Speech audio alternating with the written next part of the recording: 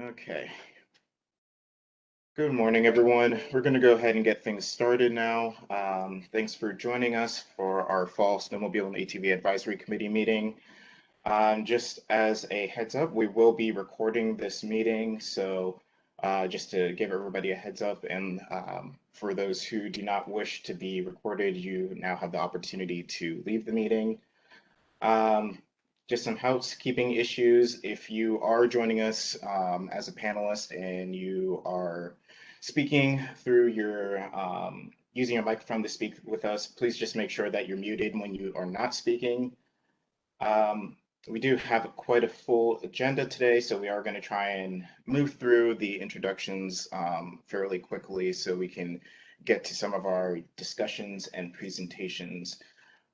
We are lucky enough to have, I believe, both John Norbeck, our Deputy Secretary for State Parks and Forestry, with us, as well as DCNR Secretary Cindy Adams-Dunn. So with that, I will pass things along to SAC Chair Dr. Jack Clark. Thank you, Jake. Thanks for pulling everything together there. I just want to welcome everybody, and there will probably be just a little bit of tweaking of the agenda because of availability of some of the presenters. But I'm very happy that we have Secretary Dunn with us to address the group today. So before we do the committee introductions and the minutes and so forth, we'll have Secretary Dunn's comments, remarks, and so forth, and then we'll get back to things and see where we are with timing. Secretary Dunn. Thank you, Jack, and thank you for your service as our chair. And also want to point out that Mike Walsh, our deputy of admin, is on. Mike is, Stacy Amsler, the fiscal agent, our director of the Bureau of Admin, who manages the money in the Snowmobile ATV fund and really all of our budget. So Mike's deputy of admin, and Stacy's in his deputy, but he's also an enthusiastic snowmobiler, and he asked that I request a snowy winter again. So DCNR has put in a request for a snowy winter, so we have another good snowmobile year. We had a wonderful year last year. Also wanted to wish you, Jack, happy Veterans Day, and all the veterans on this call, our staff, and the members who may be veterans. Obviously, tomorrow is Veterans Day. We just, one of Jake's many responsibilities is helping honor the veterans at DCNR. We just got out our list and honor, and also we give them a dual service pin of the U.S. flag and the Commonwealth of Pennsylvania flag to wear on their uniforms or whatever attire they'd like to wear it on. On to SAC business. It's been a really strong year for motorized recreation in DCNR. In fact, it's been a huge year for recreation in Commonwealth and in DCNR across the spectrum of recreation. The COVID pandemic, we've seen record-breaking outdoor recreation across all users. It's been wonderful to be able to serve people when they needed us the most, when they need to get outside, when they need to restore sanity and health and have an outlet when things were closed. People have kept up the interest in the outdoors. We've seen another big year in parks and forests and places on trails where we have trail counters. So the good news is outdoor rec is really burgeoning. We at DCNR are aiming to hire somebody, an outdoor recreation leader, to help coalesce the businesses and the recreation sector in DCNR and the other providers of recreation to really put Pennsylvania up there and take advantage of this wonderful Commonwealth that we have. Parks, trails, mountains, streams, everything we've got, and garner out of that good quality of life, health, a strong environment, strong environmental protection ethic, and good economy. So it's an exciting time. I think, maybe I'm not objective, but I would say DCNR, this administration has done more for motorized rec than anything I've seen in the past. Is really a tribute to leadership of those in the motorized rec sector and their willingness and ability to work with us and to try to manage the challenges and opportunities in a balanced way that really honors the land that we all care about and want to see, and the needs of the land, the needs of the water, with the outdoor recreation needs and people's interest in getting out there in nature to see it. This year, one of the big hot topics, we continue to work on the Renovo Connector. I know Troy will be giving a detailed update on that. We've made significant progress. I'd say steady progress. It's a little bit like a iceberg. Sometimes you see a tip and the tip doesn't look so big, but there's an iceberg below it. I think our Renova Connector work might be a little like an iceberg, but you'll see the bigger chunk of ice at some point, and we'll get parts of that connector done hopefully soon. But anyway, good progress there. We've been working with Clinton County and Central Mountain ATV. The county's been extremely helpful in connecting the dots with us and for us. We're finding people put up the model like half of McCoy and other places where there's a lot of motorized rec, and what we find when we study these examples is it's not just state government. In fact, state government isn't always a big partner. Half of McCoy is largely private land. So engagement with local government, engagement with the private sector is key to ultimate success, especially in the big connectors. So that's a big learning, and that's something we're really working with through our grants program on the connections to private land. The committee has brought up the need to increase both ATV and snowmobile registration fees. And we agree that will require a change in legislation. I know some of our friends from the legislature may be on. Like to explore that. The legislature asked me about doing more to raise some of our own revenues, and certainly willing to have that discussion on that and a spectrum of revenue issues on fees for different uses. So we'll be in contact with that. Obviously, we want to work closely with the community on that one, and get a sense of the fairness, but also the opportunity created by the funds. We revised our ATV policy. It was finalized in November 2020, and I believe you've heard that from Jake and John. It was finalized in November 2020. We received 857 comments during the comment period. Again, John Nordbeck, our deputy for Parks and Forests, and Nicole Faraguna really co-led that effort to landing us in a policy that's reflective of both the opportunity and also our constitutional responsibilities for the environment. And I feel that John, Nicole have landed us in a really good spot there. It allows the secretary of the agency to designate portions of state forest roads as temporary, seasonal, or permanent ATV trails. These are the roads that typically host everything from, sightseers, recreational users, to timber trucks and such. And segments can be designated, again, temporary, seasonal, or permanent. It allows us to request public comment for projects with broader impacts on the community and region. As we know, there's no one-size-fits-all approach, and people in a given community have differing points of view. So any changes in the area really require public comment, so we can strike the best balance between what people's concerns and opportunities and issues they may have. And it also specifically allows us to support land acquisition for motorized recreational use. I think that's the best opportunity we can find, is like if land is acquired for that purpose, then there's a broad agreement on the purpose and need, and we're planning and hoping to acquire a large tract, 5,600 acres in it's called the Butler Tract in Luzerne, Schuylkill County, and it'll be managed for the restoration of the mine land and for a motorized opportunity within Dcnr.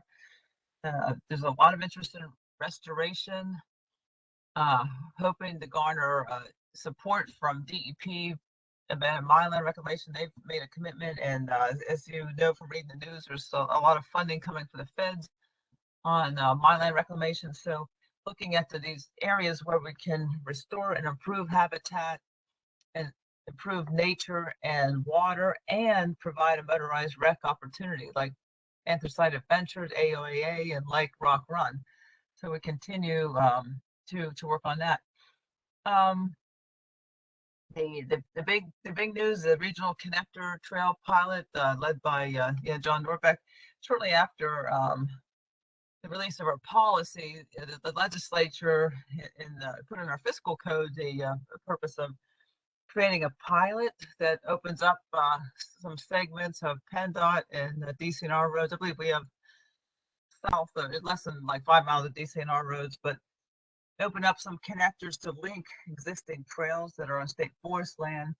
We work with PennDOT and the townships to secure routes and provide resources to have this pilot. It started in July. We had originally hoped to start in May, but it just wasn't possible. I think the public engagement, the township involvement was critical. So we did that right, and we've had the pilot ran through September. So you'll hear more about that today. It's interesting and exciting, something new. Again, a lot of public comment around that issue, a lot of local consideration. So I think as a pilot, it is helpful internally for DCNR. It allowed our staff to monitor. I think our Bureau of Forestry put an excellent monitoring program in place. That they did an excellent job on the public input and public engagement. And we continue to monitor the various elements of that and what comes out of that as we go forward. And you'll hear more about that pilot today. But again, thanks to those on the Snowmobile ATV committee, serving on the advisory committee to governments, a strong public service. Really commend you for bringing yourself to the table and focusing on policies and opportunities that affect Pennsylvania. And I'd say now is a more exciting time than ever for outdoor recreation.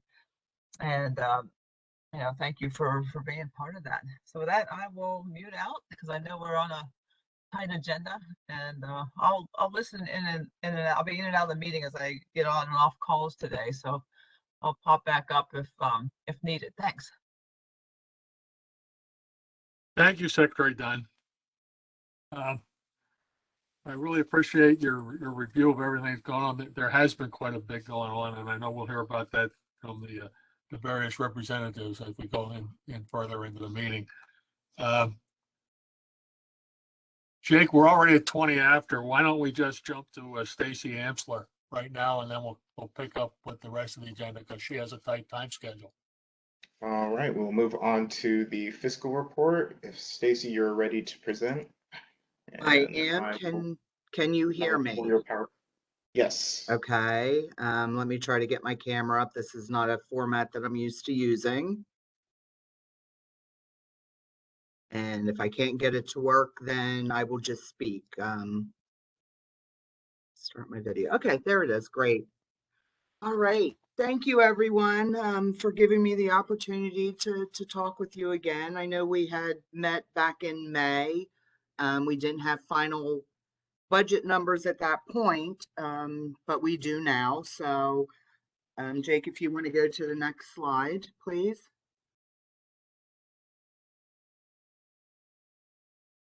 Great. Okay, this is a snapshot of the financial statement. I have a link on my last slide. This is found on the SAC website, and it just gives the balances, the revenues received during the fiscal year July 1st, 2020 through June 30th of 2021. We break it down by the restricted receipts and by the liquid fuels amounts. We normally spend out of the restricted receipts. So you can see in 2021, we received about $3.9 million of ATV revenues. That number is a little short because PennDOT processes these applications and they were shut down due to COVID for a couple months. So the money that came in during that time period they were shut down is going to be reflected in next year. So you'll see that when I get to our budget slides. We increased the allocations based on those timing differences of the revenues. So this again is on your website. We had expenditures of almost 2.2 million. Commitments are our accounts payable. There are contracts out there that we have to obligations committed to that we will be paying at a later point in time. So the next slide, Jake, I summarized by bureau these expenditures, and the commitments are added into these expenditures, so they're added together. So for last fiscal year, the Bureau of Rec and Con had over $2 million of grants that were provided. Bureau of Forestry had personnel cost of $150,000 and operating costs of about $771,000. Admin services had costs of $589,000, and it cost us about $786,000 to fund the operations down at PennDOT. And there was $10,000 that was spent by state parks for their operating for the ATV funds. Okay, Jake, you want to go to the next slide, please? This is the financial statement for the snowmobile restricted account. Again, it's laid out in the same manner. We show revenues, the expenditures, and then the commitments that we have posted against in those categories. Jake, the next slide. Thank you. Okay, here's the snow spend for last fiscal year. Bureau of Admin Services, the operations were about $90,000, $87,000 of snowmobile for PennDOT operations. Those are specifically coded if we can tell exactly what that expense is for, such as buying the title paper or for the snowmobiles, the plates. They're coded directly to ATVs. The stickers are coded here into snowmobile. If we cannot tell, it's a postage that we don't know exactly what was mailed out. Those costs are spent based on the number of units that we have, either snowmobile, ATV added together, take a percentage.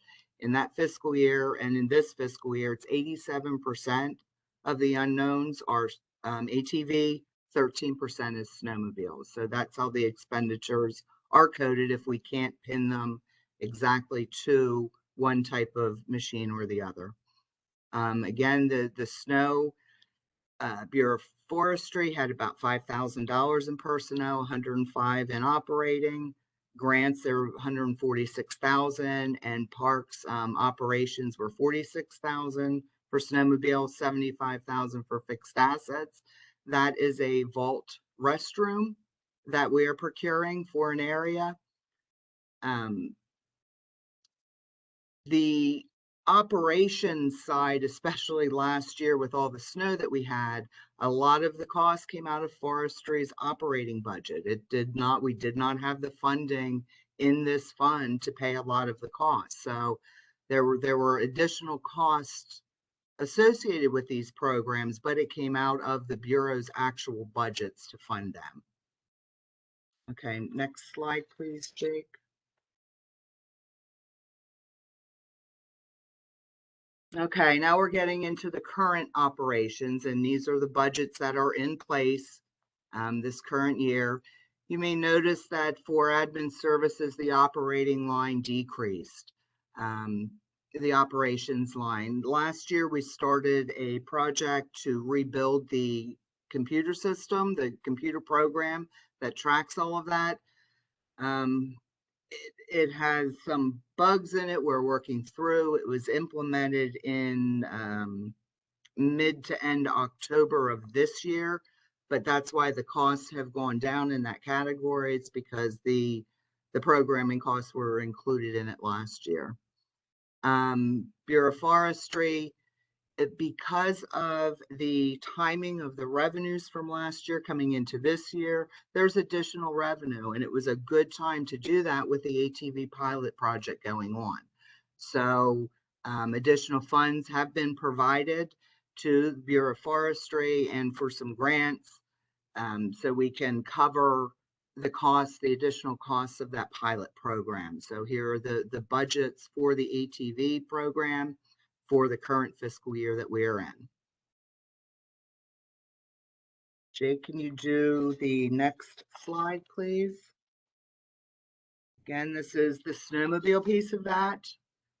We have our operations for admin services, the PennDOT operations of the actual licensing, the forestry costs, some grants for Bureau of Recreation and Conservation, and state parks operations. The total snow budget this year is about $1 million. The ATV is about $7 million. That's the numbers. Are there any questions? Jake, if you want to go to the last slide, this has the link to the financials. It also had, that page also contains the audited financial statement. That there's an audit that has to occur every other year. And that last audit is out there on that website also. I can answer any questions, and if not, thank you very much for having me, and you know, I look forward to another presentation to you and at your next meeting. Stacy, one question. When you do your budgets and these reports, obviously you explain the numbers that the registrations couldn't be processed in a timely fashion, so the money was collected in the current fiscal year. But when the audit's done, are those funds posted to the correct year? The Commonwealth is on a cash basis, so with revenues, they have to be recorded the year that they're actually received in the system. So it's not an accrual method. All right, thank you. You're very welcome. So we will see consistency then with these numbers, which is nice. Thank you. This was actually a good year for that to happen because of the pilot project going on. It actually gave us some additional funding from a previous year to get some of those pilot things that cost going. So, okay. What was the revenue from that pilot? Do you remember off the top of your head, or we'll hear that later? You'll hear of that later. Okay, thank you. Forestry they've been tracking the number of permits. I could pull a report, but I usually do that end of. I can look it up and send Jake an email. No. We'll hear it later. Okay. Thank you, everyone. Thanks for accommodating my schedule too. It's appreciated. Thank you, Stacy. Always a pleasure. I'm glad we caught up. Me too. All right. That we typically have a request from the public out there for transparency with respect to the audit figures and what's going on with the budget. And that report that Stacy went through was also posted to the Dcnr's website. So you can see those numbers there. And it's been up for a little bit now, but it's nice to hear it from Stacy. So I'd like to go back then and go through our introductions of the members of the committee, so we know who's out there, and a little bit more about their background. Jake, do you want to go down your list and just call a name out, and people will introduce themselves there? Remember, when you're introduced, turn your microphone on and then turn it back off. I obviously am the chair, and I represent, as the chair of the committee, I represent the Pennsylvania Off-Highway Vehicle Association. I'm the executive director of that association. I'm also chairman of the board of Lehigh Valley ATV Association. So I've been involved in off-roading, both on ATVs and earlier on in off-highway motorcycles for quite a number of years. So that's me. Jake, next would be. All right, and I'll just introduce myself as well. Jake Newton. I work for DCNR State Parks and Forestry. I'm the advisor for the Snowmobile and ATV Advisory Committee, as well as working with our internal motorized recreation work group. I'm just going to go in order of how I see folks on the attendee list, and I'll start with Arlene.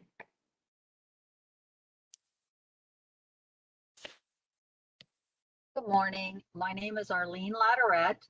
I am here on committee representing Pennsylvania State Snowmobile Association. I'm the treasurer for that group.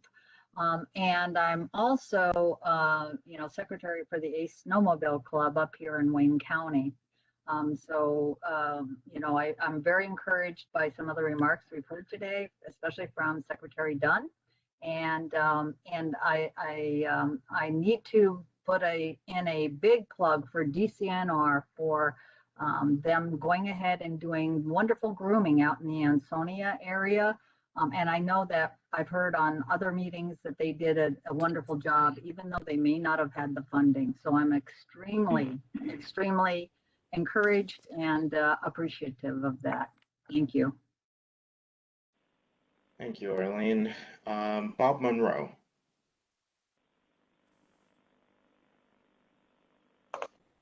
Can you hear me? Yes. Okay, let's try this video.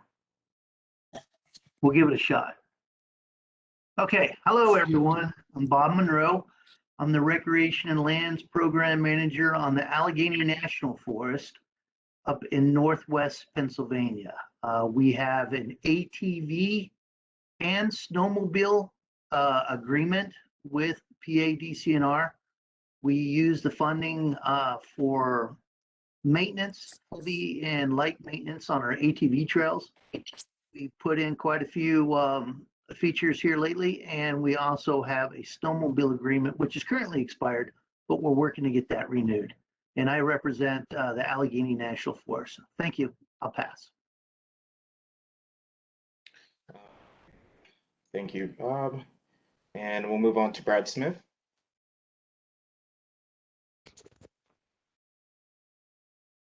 Hi, Brad Smith here. Appreciate the opportunity to participate in the SAC. I have been appointed as an alternate representing the Pennsylvania Off-Highway Vehicle Association, founding member of the Potter County ATV UTV Club, serving on the board on that. Also a member of Central Mountain ATV Club, Black Forest God's Country Snowmobile Club, Potter County Snowmobile Club, West End Trailblazer Snowmobile Club. So fairly active with motorized recreation, but also a big proponent of the outdoors as a whole. Happy to be here. Great. Thank you, Brad. Thanks for joining us. We'll move on to Bradley Gosser.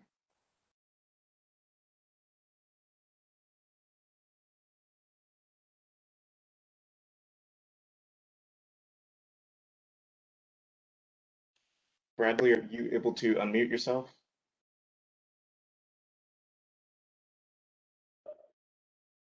How's that? Oh, is that There we working? go. Yes. Okay, great. Good morning. My name is Brad Gosser. I'm Executive Director of Greenville Reynolds Development Corp. in Greenville, Pennsylvania, and Mercer County. I've been an avid snowmobiler since 1970 and also ride side-by-sides. I'm a member of the Forest County Snowmobile Club, and I'm a representative from the Pennsylvania Economic Development Association.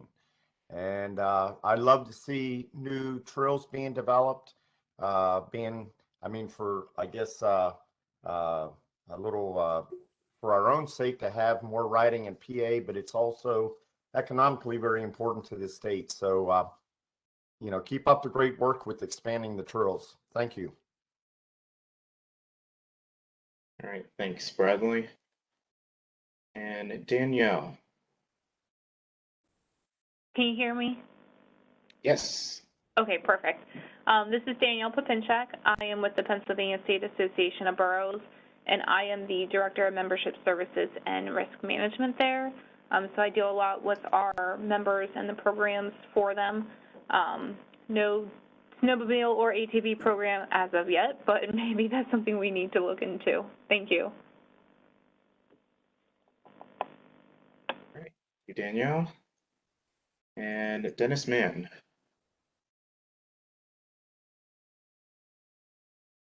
Yes, Dennis Mann, PAOHV Assistant Director, an alternate on this committee, and also a member of the South Penn Enduro Riders. I have been with PAOHV since the beginning in the late 90s.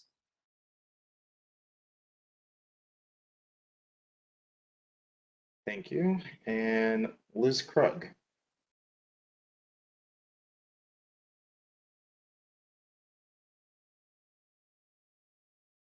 Liz, are you able to unmute yourself? There we go. I'm kind of There. walking around the halls of a school that has 3 classrooms of COVID while I'm listening. No, I'm glad to be on this morning as much as I can. I appreciate all Cindy Dunn has been trying to do with DCNR and our partnership with PSSA. I am the president. We do have several people who attend these SAC meetings because we think they're very important, and we cooperate with as many people as we can for the good of outdoor recreation. So thank you for this opportunity.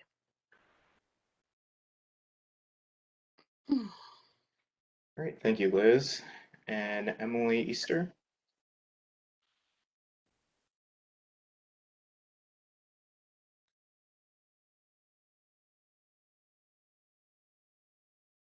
Emily, we can't hear you if you're trying to speak. Good morning. I apologize. It's been a hectic day at the Capitol today. My name's Emily Eister. I am the alternate to Senator Carolyn Comita for this board. I am super excited to hear more about snowmobile and ATV and look forward to the conversation. Thank you. There I am. I have it. My thing shut, but I'm trying to. All right, thanks, Emily. And Eric Brueggemann. Morning. Eric Bergman representing the Pennsylvania Off-Highway Vehicle Association, and I serve as the SAC secretary. Thank you.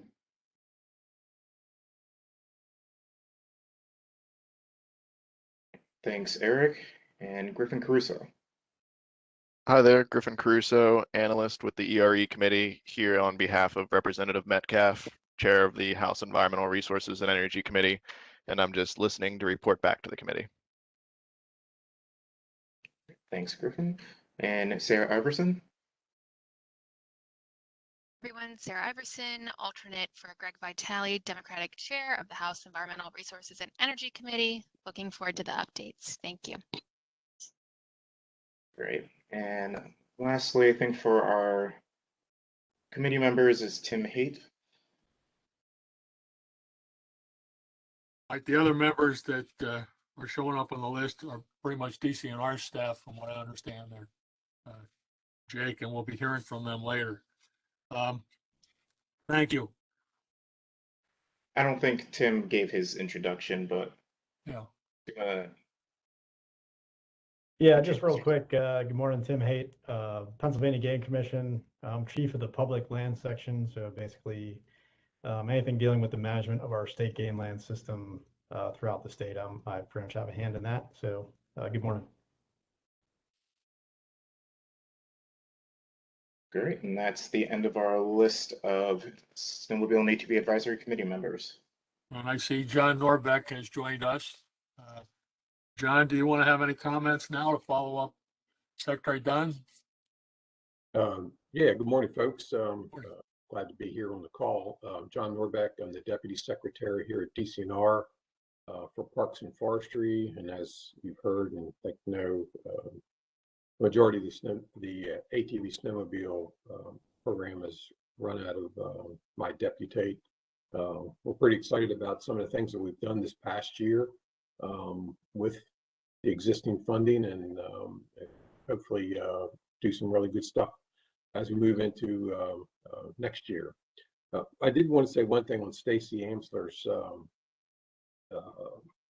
slides. I think the first slide showed available balances. It looked, I think, to the uninitiated, it might look a little high, and you just have to think about that as money being planned out for future projects, and you'll hear about some of those today that hopefully use that money in a very appropriate way for motorized recreation in Pennsylvania. Thank you. Back to you, Jake. Thank you. The next item is the minutes from the last meeting. And I want to thank Eric for compiling these. I know it's not a simple task, but they were sent out with the materials. Hopefully you've had a chance to review them. Does anybody have any adjustments or changes or questions about the minutes for the last meeting? Jack, I believe there were 2 edits that came in. I'm not sure that was circulated with the last update yesterday that Jake sent out. So there was comments that came in from Tim Haight and I believe Sarah Iverson. So they were adjusted, but they were minor. Okay. I'd like to point out, and I'll jump in when we get to the topics later on. There are some topics in the minutes that have been there for quite some time, and they keep coming back, and they're items of concern that were expressed by members of the committee. So when we get to those points in our agenda, I'll remind people that these were things that were brought up and either have been ignored or really given some flimsy excuses for not being done. So I'll jump on that when we go further in here, because it's issues that continue. All right. With that, I'll make a motion then. I'll make a motion to accept the minutes as adjusted by Eric for those minor corrections. We have a second.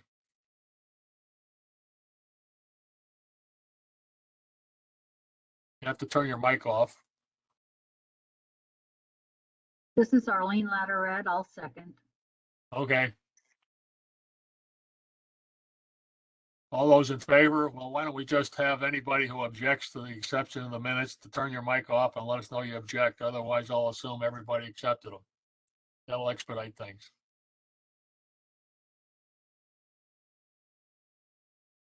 Okay, looks like the minutes are accepted. Thanks again for the job on this, Eric. The next item we want to get into is the legislative report and what's going on from Eric Nelson, who's DCNR's Legislative Affairs Director. And we have Eric with us at this point. Can everyone hear me? Hello? Yes, we can. Okay. Good morning, everyone. I'll be quick. There's not much really right now on the legislative front regarding ATVs. The House and the Senate, they are in session this week. It looks like this is it for the Senate this week until probably mid-December, unless they add more session days. The House is scheduled to be in next week for 3 days, and then they're back in mid-December. I'm not sure yet if they're adding more session days, but that's the schedule right now. I'll just update. We're just monitoring Senator Regan's legislation that would provide for the registration of OHMs. It looks like just the co-sponsorship memo was circulated. The bill hasn't been introduced yet, but it's similar to Rep. Allit's and Rep. Borowitz's House Bill 478. Good. How are you? Good. I have an appointment. And that's really all I have right now. So if anybody has any questions, I'll be happy to answer it. Oh, then I'll just or before. Jack, could I just add somebody's not on mute. Your phone, please. It's Cindy here. I just want to add a little something to Eric's report, something as relevance to this topic. Senate Bill 525, introduced by Senators Gorner and Manchin, having about 25 co-sponsors,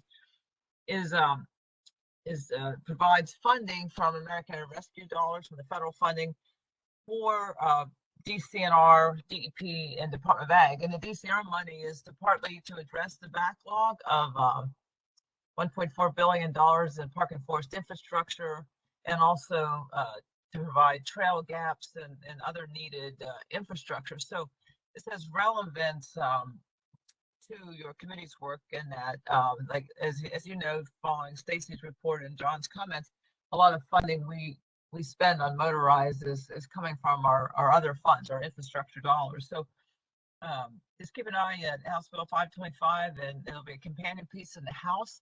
These will help things like bridges, roads, restroom facilities, and all the items that are used by all of our recreating public. So just wanted to call that one out. Thanks.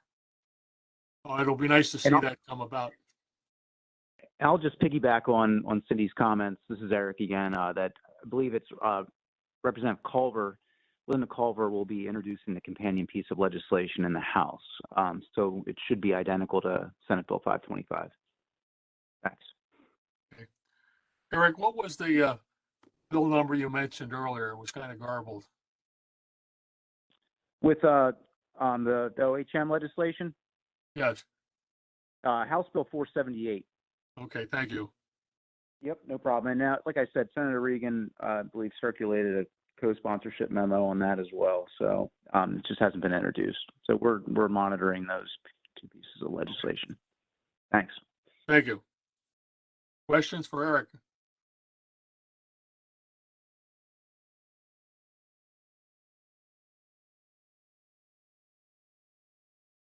All right, then let's move on to Troy Withers, Snowmobile ATV accident report and safety trainings and registrations. There were some handouts. There was a handout, excuse me, sent out on the registration and another one on the training and safety statistics. So that's what I see up there on the screen now. So I guess that's where we're starting. Troy?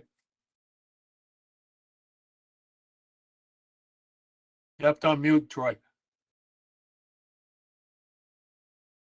Thank you. Sorry, two different mechanisms here, both the headset and the page here. So forgive me. Good morning, everybody. First thing I'll cover today, like Dr. Clark said, is I'm going to go over the Snowmobile ATV accident use safety training statistics for the year. Obviously, they're the chart there in front of you with the information. With 2020, due to COVID, there was absolutely no way we could conduct trainings safely, efficiently, as most can probably guess. We did have a training that we did and we're able to get in with COVID protocols this year in April out of the Bald Eagle State Forest Office, and had 8 new volunteer members. I believe we had 4 agency individuals, which we don't count in those statistics, but 12 overall instructors for that course. To date, we have 46 active, and I use that word loosely somewhat, youth ATV safety instructors and 23 active youth snowmobile safety instructors. Those numbers right now are somewhat escalated and higher. Due to 2020, we gave a 1-year grace period to those instructors if they weren't able to hold, obviously, a training based on our criteria for that. So for the year 2022, you can see there, I don't have the specific amount of classes, but there was 321 students that went through our ATV safety courses. 2021, there was 97 total classes for 413 students. 87 of those students were ages 8 and 9 years old. So a slight upswing there in numbers over the past year. 2020, of course, again, there was no snowmobile safety courses as well due to COVID restrictions. 2021, we had 1 safety course for a total of 6 students that were reported. Excuse me. In 2020, ATV accidents were up. and you'll see a great difference there between 2020 and 2021. I personally think that has to do with the epidemic. We had a lot of illegal activity in 2020 that was documented. So you can see accidents there were 193 with 69 known injuries. 38 of those were fatalities in 2020. Now, I do not have, with either year here, the specific breakdown of age groups as to what they were. What I can tell you is over the last 5 years, 75 to 86% of those fatalities are drug or alcohol related. But I don't have the specific breakdowns based on age criteria. Of course, there again, 2021, you can see the numbers drastically decreased. And I think that's for a number of reasons. 51 total reported accidents, 38 known injuries, which is still way too many, and 16 fatalities to date. 2020 snowmobile accidents reported were 5 with 6 known injuries and 1 fatality. So far in 2021, we've had 4 known accidents, 4 2 injuries, and no fatalities. Are there any questions before I move on to the registration portion of our data? Troy, this is Eric. What was the source of you say 76% of fatalities are drug or alcohol related? Is that correct? That is correct, yes. It is a very intensive breakdown that we don't have, dare I say, very good data or ways to break down that data without it being very time intensive. But the reports based off of those reportable incidents, 75% to almost 86% over the course of the last 5 years of accidents that have resulted in fatalities are drug or alcohol related. Yes. Thank you. Sure. All right, I just want to emphasize that both PSSA and PAOHV support the hands-on training as being extremely important, and that shows up in the minutes. One of the comments you made in the minutes last time, Troy, was that you can't provide adults with their own certification. Now, correct me if I'm wrong, but the law does allow the restricted receipt funds, the registration funds, to be used for safety training and education. The law mandates youth training. Correct. That law does not prohibit adult training, and we continuously emphasize the need for adults to be included in this training because it's not just safety, but it's respect for the environment and proper riding etiquette and things that we all know many of these adults out there fall short on. And so I'm going to ask you again that you consider providing certification for the adults, which is permitted under the law, not prohibited. I don't know why you made a statement that you can't provide adults with their own certification. It would be more accurate in my mind to say that you have chosen not to provide adults with certificates for that. Now, I know it takes time to put things into place, but I would like to see that occur, and members of the committee would like to see that occur. It's been coming up for years as an issue and a concern. So let you like to take on that under consideration and pass it along to whoever you need to pass it along to. But I don't think it's a very expensive request, nor is it out of line with what we're trying to accomplish with getting the message out there. So we get these adults trained in the proper way. I mean, it's amazing when we do our safety training program that Denny Mann put together and is funded as one of the grants. We have adults watching the youth participate in the training, and the comments from them about all the stuff they didn't know that was in the law, that was in the right. It's just it boggles my mind. But I would like to see the ability for these trainers to provide adults with certificates as well as the youth. Yeah, no, understood. And again, don't misunderstand what I said prior. It's not that we will not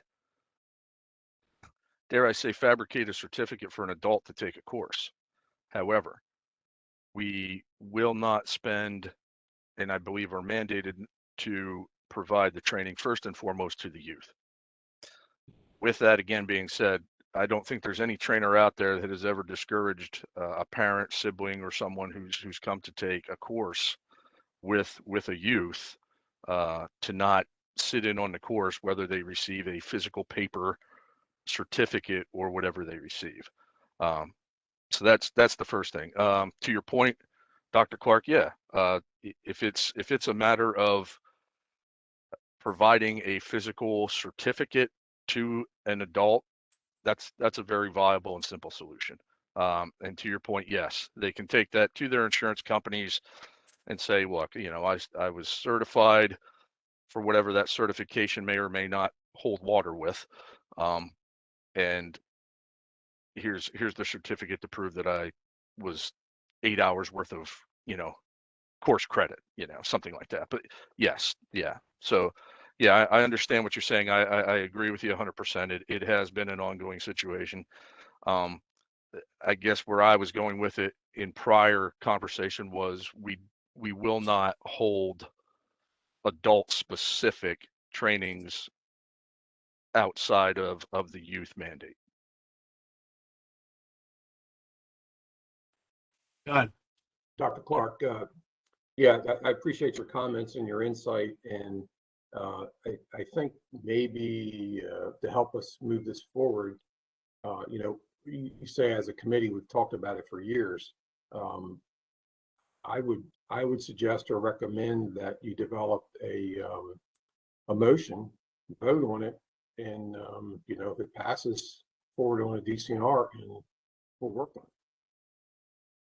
Yes, and the request was simply to allow the adults to participate in the safety training and receive credit for that by some sort of a certificate. It's not asking to revise the training or anything else. It's just to work with what we have there. So if you want, I'll make that a suggestion, and we can put that out to the committee. That DCNR, the motion is that DCNR would allow adults to participate in the safety training classes and receive a written certificate as evidence of completion of the safety training class. Or both, and I'm not sure what the situation is for snowmobiles, but I would assume they want to do the same thing. I'll let them speak up if Arlene or Liz want to make a comment on that. I definitely do. We have had the same experience as you, Jack, when adults actually take the course or participate with their children. So we want to be included. So the way safety improves the accident and fatalities. So we're definitely in favor. And I'd speak for PSSA for sure. It's much discussion about this.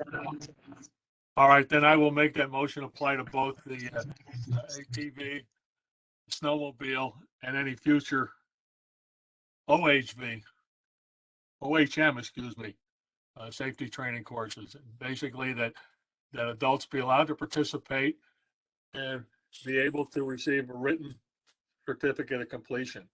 So that's the motion I'll make, the DCNR, and let's put it to a vote. We have a second for that motion. Arlene, could I consider that a second? Please do. Okay. Then we'll do it like we did. Does anybody want to comment on the motion?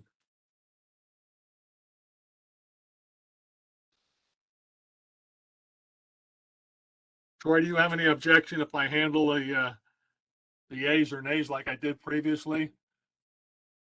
No objection there, Jack. No. Okay, then I would ask anybody who votes no to this motion, please turn your microphone on and give us a comment.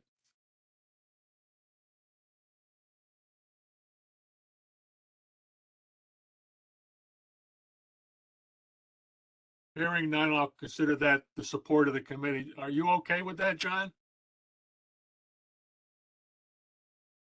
No, I think it makes total sense. Okay. And So I would that's say other motion. It's supported by the committee. Jake, do we have a way with this platform to allow people to raise their hands? That I'm not sure of. Actually, yes, I do see the raised hand function. I'm just not sure if everybody is Yeah, I able can't to. see it on my screen here, so I'm not sure how that would work. I have to show up there. But at any rate, it seems like the motion has passed unanimously. Thank you.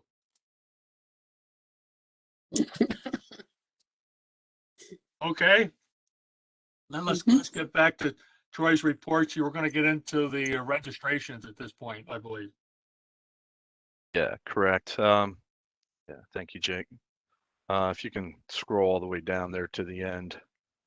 In fact, this report just came out yesterday. I had October's numbers on there, but I obviously will give you the current and most up to date that we have. As you can see, active ATV registrations as of yesterday are 259,241. You can see that's a big upswing from this time a year ago. Limited registrations 131,78. Snowmobile active registrations 34,127. The limited registrations 4,316. I think you've seen an upswing in those based off of I would surmise partially the pilot program. I think as far as the snowmobile active registrations, I think because we've had obviously a more feasible year for snowmobile activity, so I think that's why you see the uptick in those numbers as well. Any questions on the registration report?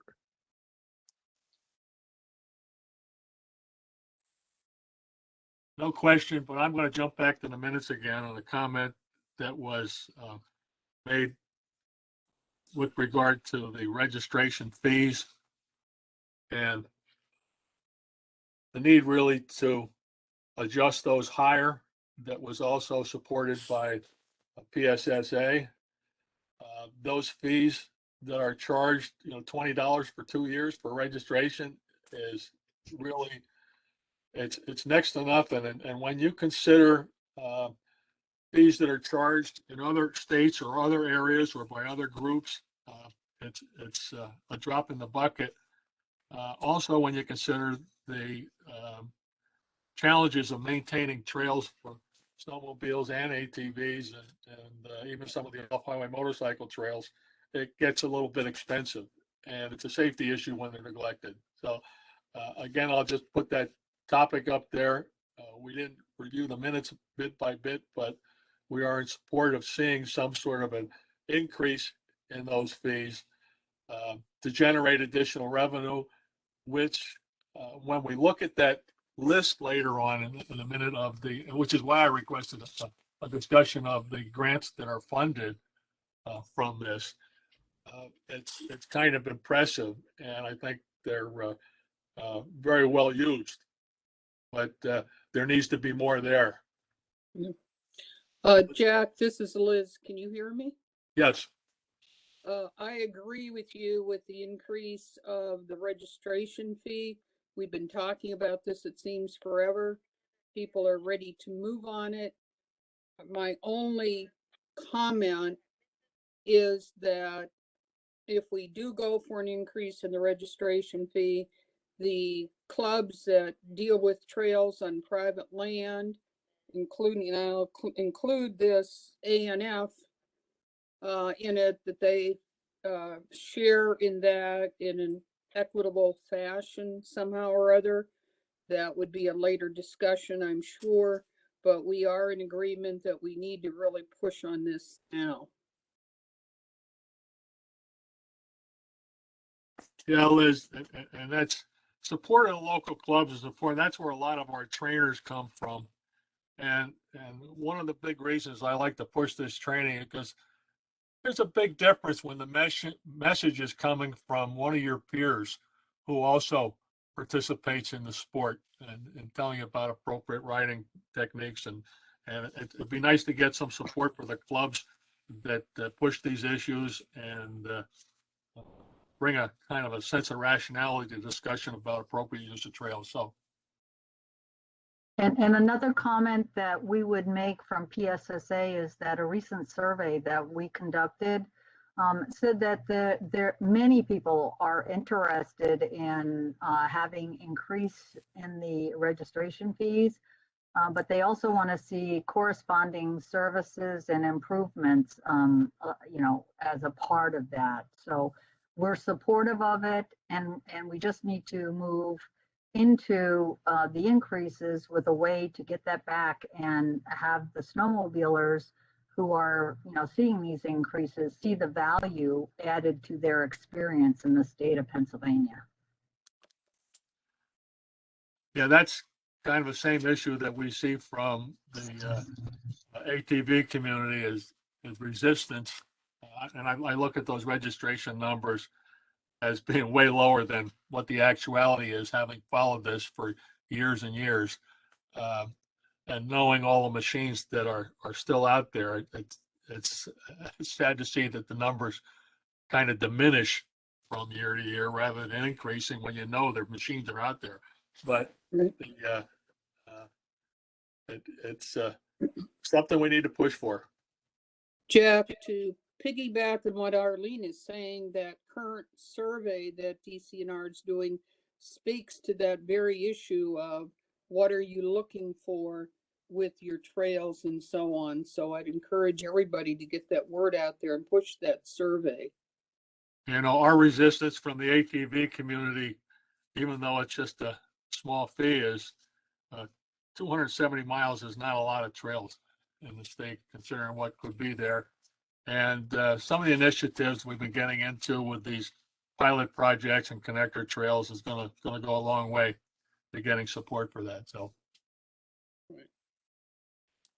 Yeah, Dr. Clark, Brad Smith here. Just briefly, maybe as a component of that, some mechanism to capture registration dollars from reciprocity states. So somebody bringing in an out-of-state registered machine, regardless of what the fees are in Pennsylvania, would not necessarily pay anything to the state of Pennsylvania. I think that's a pretty good source of untapped revenue.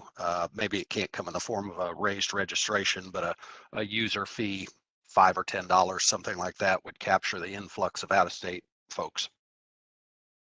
That also brings consideration from the groups that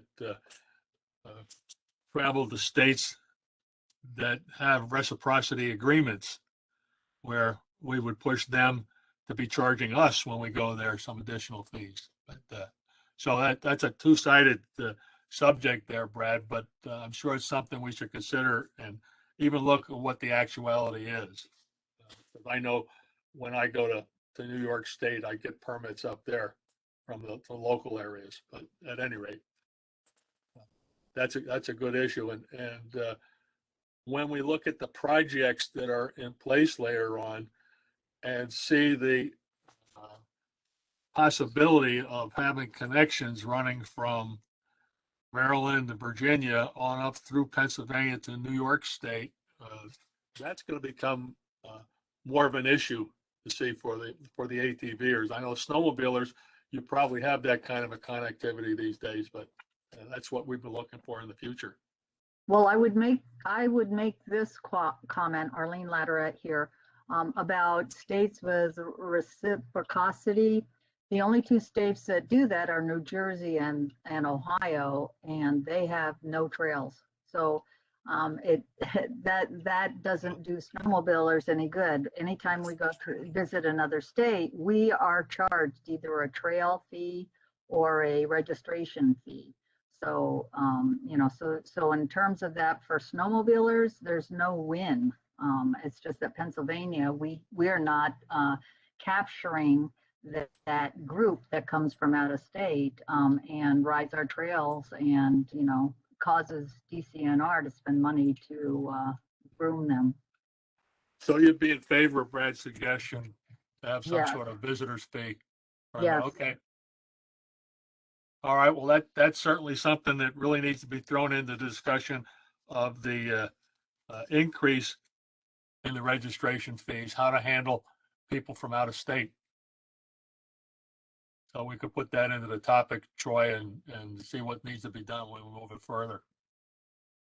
But that's a significant issue.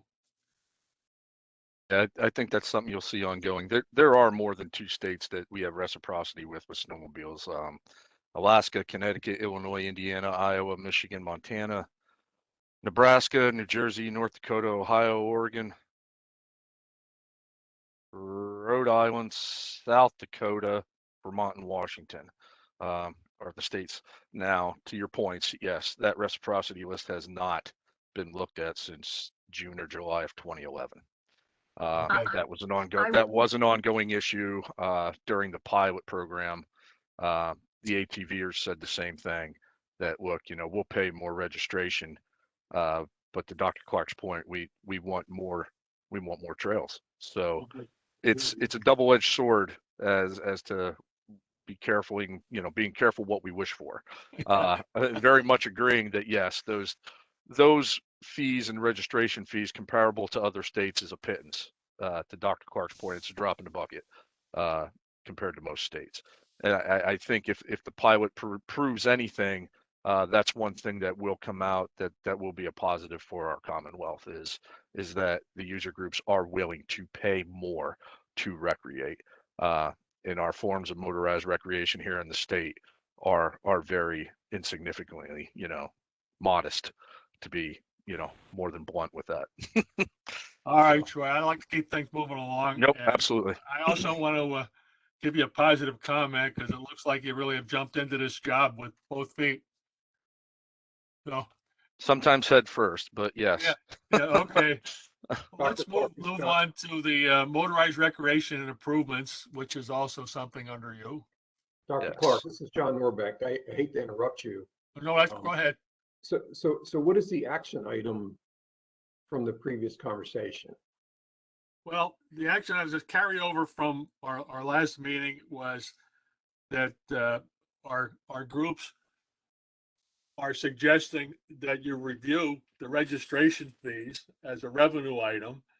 And compared to other states, the ATV community as well as the snowmobile community are observing that they're fairly low and need to be adjusted upward to generate some additional revenue. And right along with that, the question of reciprocity needs to be addressed, and whether we need to charge visitors fees, if you will. Okay, so you're asking DCNR to review the fee schedule in state for both snowmobile and ATVs and compare that with other state fee schedules, and then come back to this group with a recommendation? Or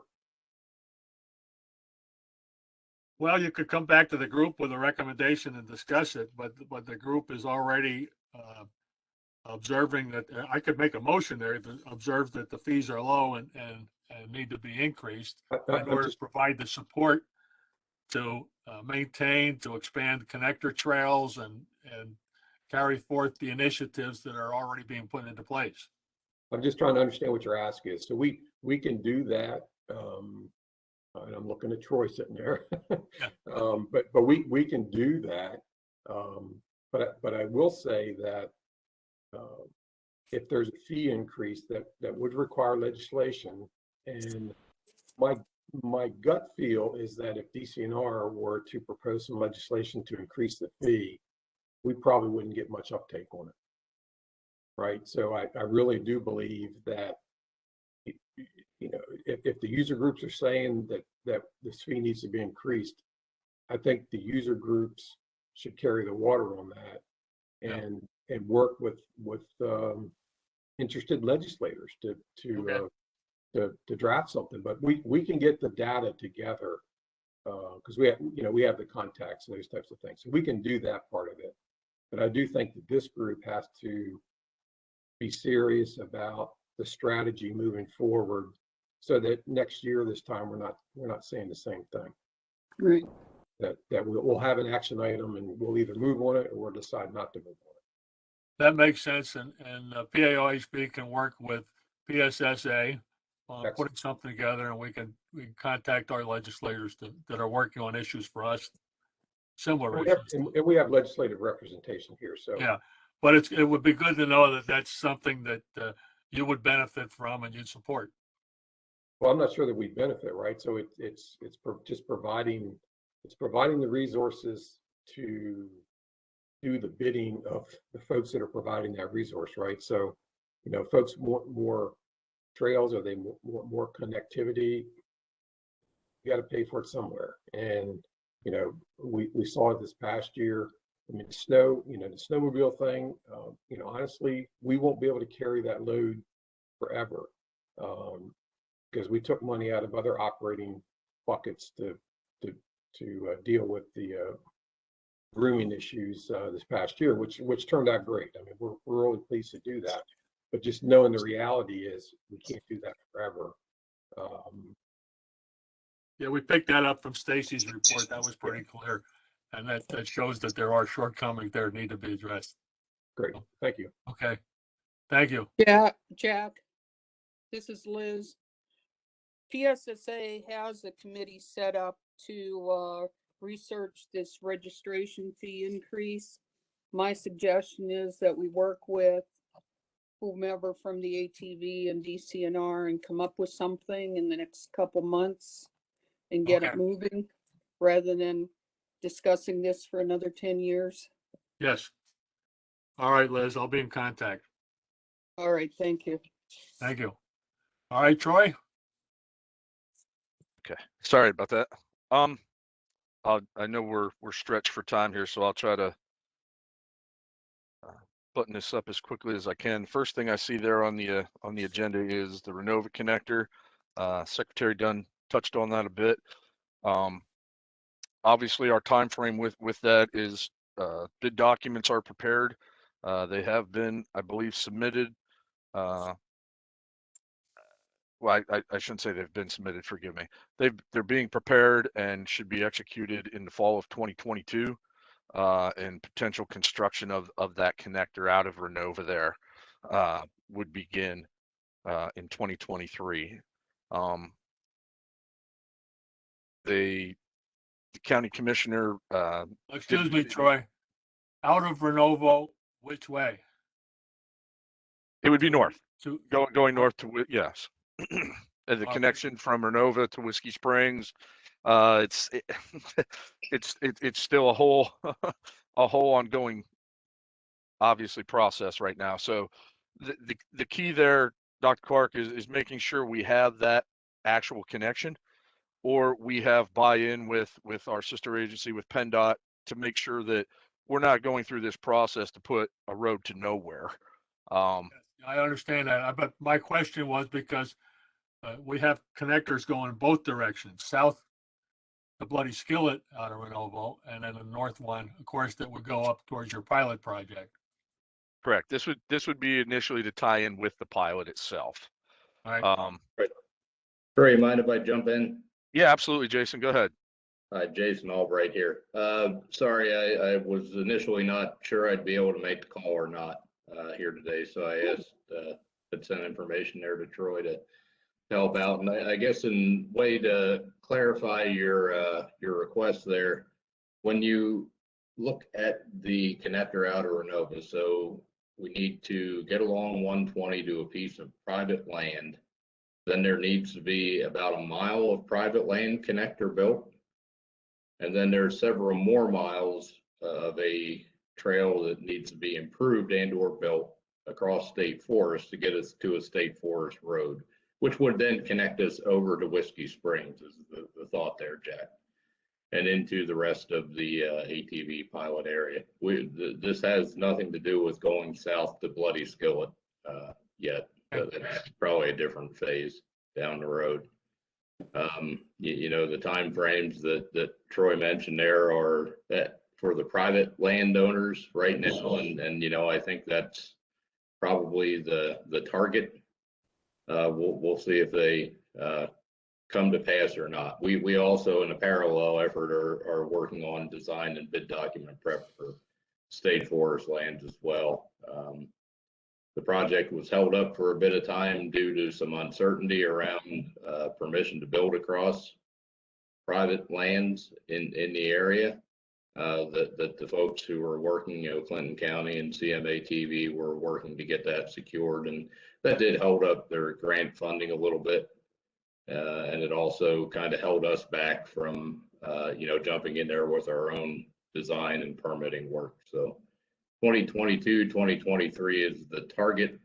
We're still going to have to see how that evolves here going forward. Jason, can you please confirm if the DEP issued permit authorization for the sections of trail that are proposed, newly constructed sections of trail? I don't believe that they being CMATV have actually submitted their permit yet, Eric. And I know we have not, because we're still going to be, that right now we're looking to engage a engineering contractor to determine what our permitting needs are. Thank you. Okay. Well, back to Troy then. Okay, thanks, everybody. Thank you.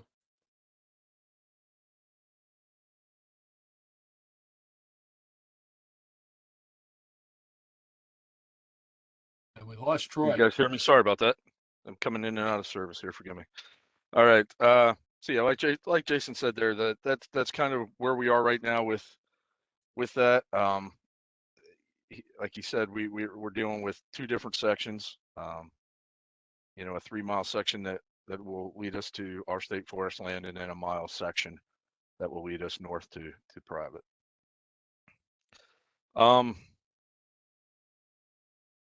see here. Forgive me, I have paperwork everywhere here, just trying to follow the program. I guess I'll move on, if there's no other questions on that, to the DCNR ATV regional pilot. As you know, pretty intensive process. As you can see there, we did not, as Secretary Dunn stated, get it off the ground during our regularly scheduled Memorial Day weekend. July 16th, our pilot program started. We had, which shockingly enough, it still bewilders me to say this, no reportable accidents or incidents of any kind. Now, that's not to say we didn't have infractions, enforcement measures. Predominantly, a lot of what we saw was, I hate to use the word minor infraction, minor to moderate infractions such as helmet, registrations, insurance, things like that. Getting disoriented on a non-marked road. Excuse me. So again, that process started. We're working through our monitoring phases right now, evaluating what we saw in 2021, both enforcement wise, operational, logistic wise, and then also looking already into 2022, whether that be new operational sections, connections, starting to get the ball rolling with PennDOT sister agencies, municipalities, townships with joint use roads, to increase mileage. Future plans obviously involve those things, townships that have looked at the program, whether that be good, bad, or indifferent. We have had townships that have expressed an interest to retract and leave the quote unquote pilot program. So obviously we have to look at measures to look at other viable options and routes. So those quote unquote primary routes may change. I don't think we have any significant changes to date. Additions obviously will increase within the 2022 year. I know there was talks with looking at going to our Haneyville tract. We are still to date evaluating that process.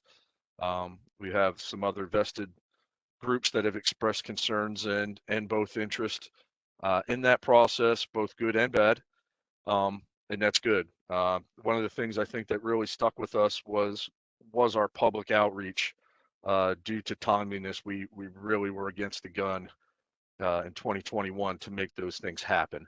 So obviously we want to get out ahead of that as quickly and as fast as we can. Additions, closures, obviously Whiskey Springs with the Bammer project will not come into play in 2022.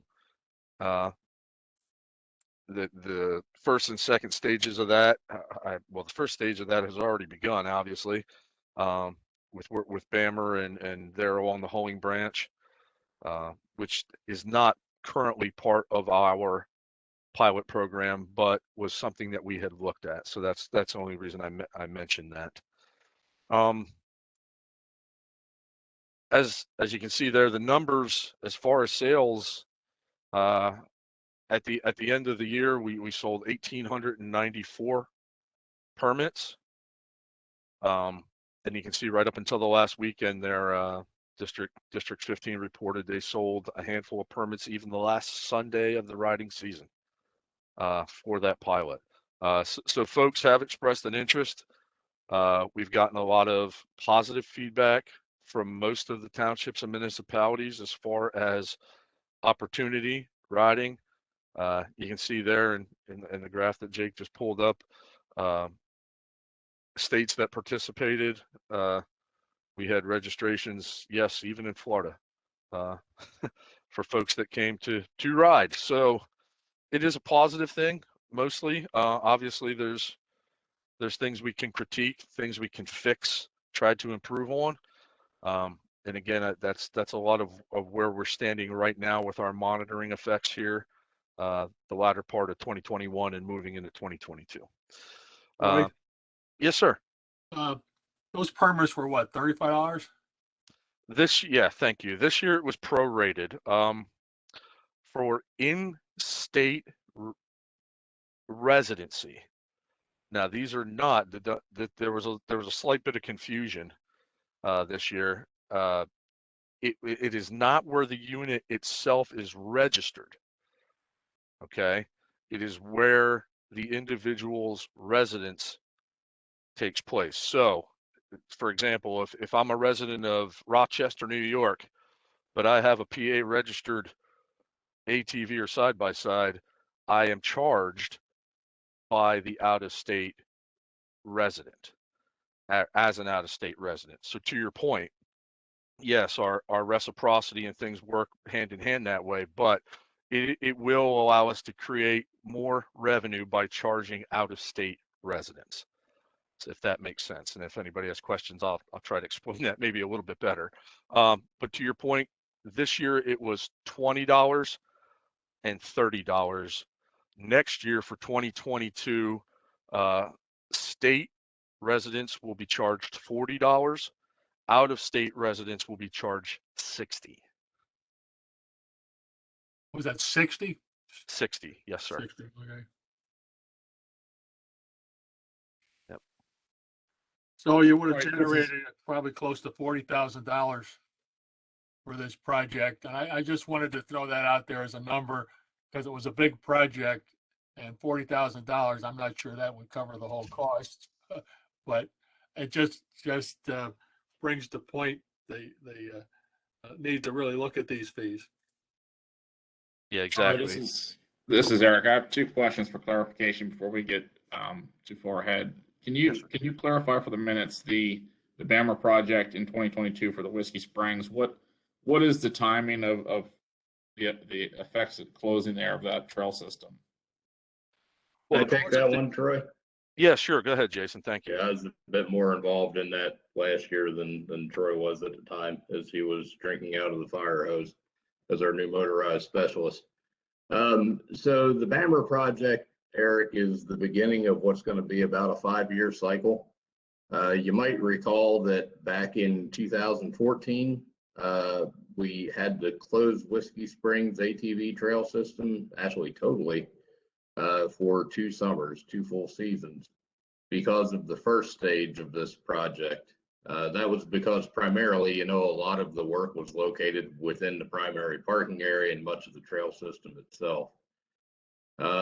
This time around, this is the continuation of treating the, you know, doing the full depth reclamation of that strip mine complex up there and helping restore Kettle Creek. This time around, we have been able to work out a plan where we're going to be able to keep around 40 miles of the trail open.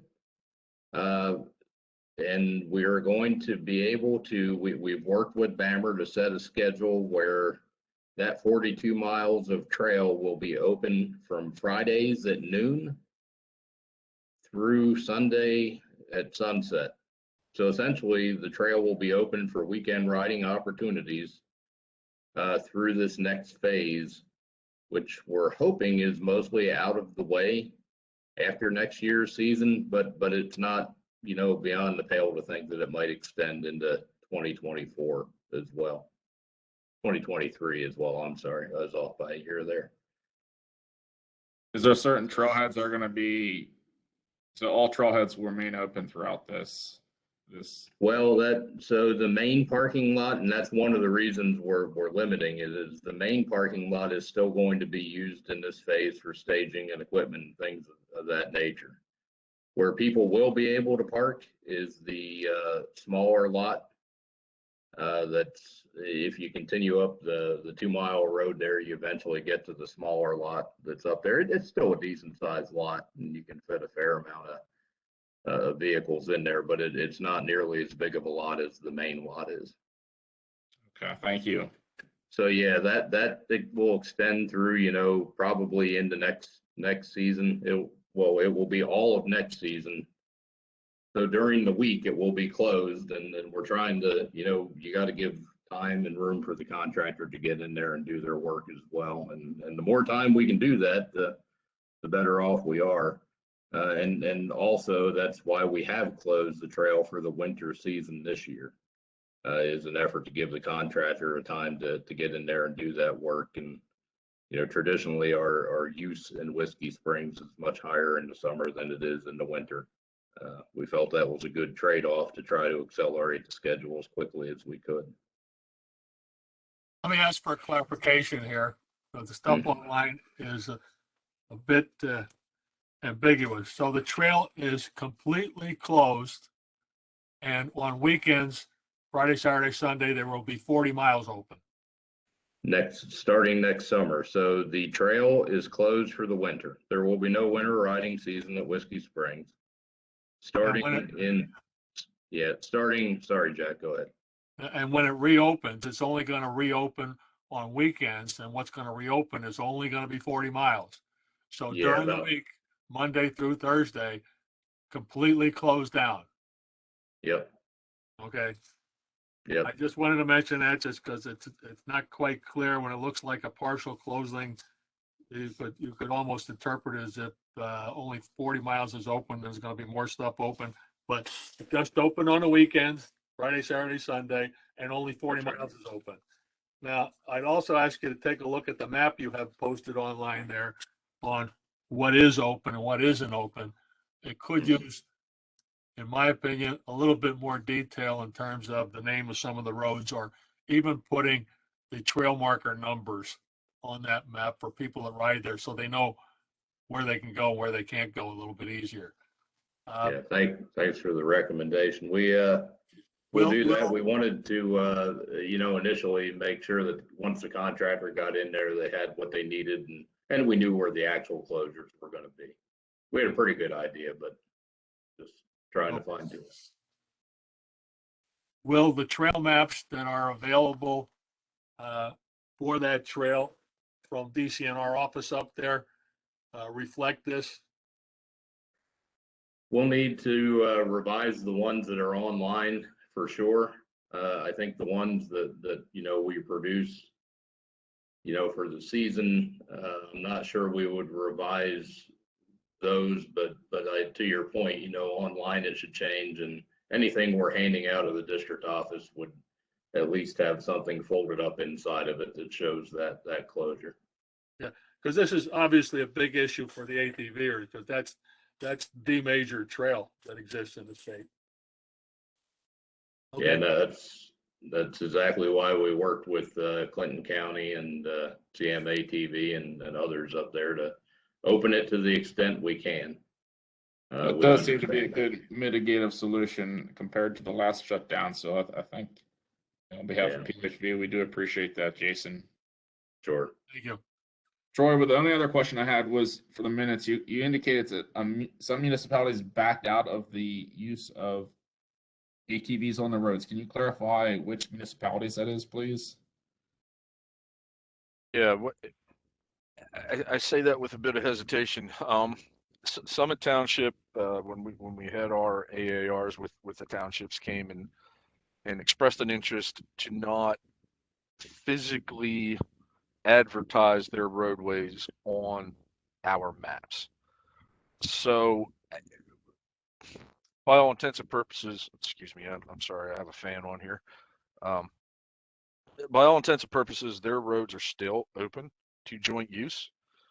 However, we're not per se advertising them as a preferred route at this time, based off of their request. We have looked at, again, secondary bypass options, which we're still trying to evaluate for everybody's best interest, actually, including the townships there. So, but yes, they have requested verbally to rescind a, I guess, written trail map of having their roads open. Now, again, they are under the understanding that if Joe Public or whoever shows up, that their roads obviously can and will be ridden based off of their ordinance. Thank you, Troy. Sure. Okay. Forgive me. I think I remember where I stopped here, but it's all good. This is all good information. I wanted to touch on briefly here. We had a public contact listening session where, again, our monitoring folks, along with our enforcement folks, came together and kind of comprised a lot of the general information that we heard from both businesses, camp lease owners, folks involved within the municipality. General thoughts on the ATV pilot. Locals expressed they did not purchase rural property for so much traffic. And that was a mixed view. We heard that on several fronts, but not across the board. A lot of the permit holders, as you can see there, based off of the next slide there that Jake's shown, a lot of those folks were local permit holders. The majority, of those permit holders were local individuals. Again, a lot of the southern tier of New York State there had a lot of expressed interest as well. Obviously, enforcement on a municipal or a township front was generally a concern of ours, based off of municipalities, townships saying that they don't have local law enforcement, and reported that PSP was not very much a presence. There were some incidences where, not trying to say the wrong thing, where that was not their primary, where PSP, excuse me, primary concern was not to enforce the pilot program, and obviously so. We did obviously not sell our 10,000 permits. I think we determined after this process that number was probably a little high. I think maybe we had some high hopes based off of a holding capacity. I believe next year we're looking right around 5,000 to 6,000 permits. Again, that's not set in stone at this point. Once we acquire more intel from our monitoring folks, we'll make a determination on that. Obviously, the riders loved it. They thought, some of the larger grouped events might have been a little more of a concern. So I think we need to evaluate having those special use agreements, such as like poker runs or things like that, with larger groups, in conjunction with some of those riding opportunities, and maybe just take a look at that as far as maybe maybe disseminating some of that activity across the board. So one particular township or municipality doesn't become so heavily impacted. One of the things we talked about was a know before you go video. And I know the Tioga County folks, Potter County folks had put a video out based on that. And again, a lot of that just was expressed education of what we expect the riders to have, adequate helmets, DOT approved helmets, adequate registration, insurance, those kind of things. Overall, infractions, again, we're pretty limited. There were no accidents, reportable incidents, as far as collisions or anything like that. So knock on wood, that was quite a blessing to hear. Shockingly so from a enthusiast standpoint. I thought for sure we would have incurred something, but one of the things that did come up was, again, the shortcomings with the enforcement, and what we as DCNR and an agency can do to maybe help reinforce or mitigate some of the enforcement issues on those sections of concern. Let's see. One of the things that came up obviously was the sticker cost. And to your points earlier, with registration being a concern or point of view, that the sticker itself costs more than the actual yearly registration. So that obviously, I think that it is something we needed to look at. I attribute it, as we did with many of the public comments, was you're paying to recreate, and the user groups don't have an issue with that. They were willing to say, we've had several people that sat in the public meeting saying, hey, we'd pay $100, $200 a year, much the same as they would pay at Rock Run or AOAA or a private facility to run these connections. But what came back was the reimbursement costs for the townships inheriting a lot of that burden and concern. And we were able to institute a reimbursement plan for dust suppression.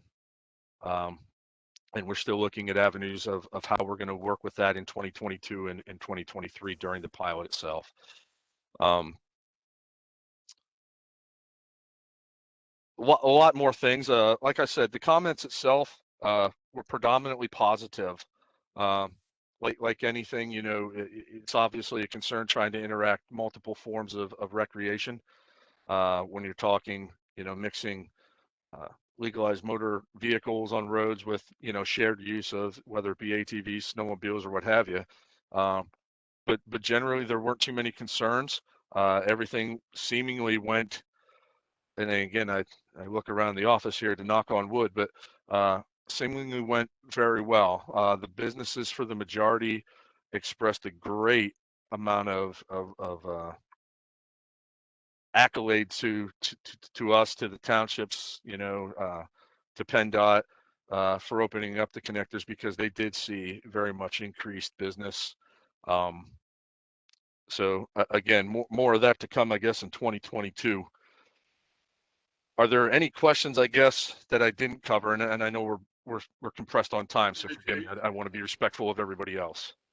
Troy, real quickly, in the webinars prior to this opening, we're talking about that, there was concern from the snowmobile community about some of the snowmobile trails that were being used for the project, and a question as to would they be restored if needed after the season. Has that been addressed? Is there a need? Were they damaged? I know some of them were actually over roads that were improved for the project, but are the concerns of the snowmobile community being addressed so that it'll be ready for their season?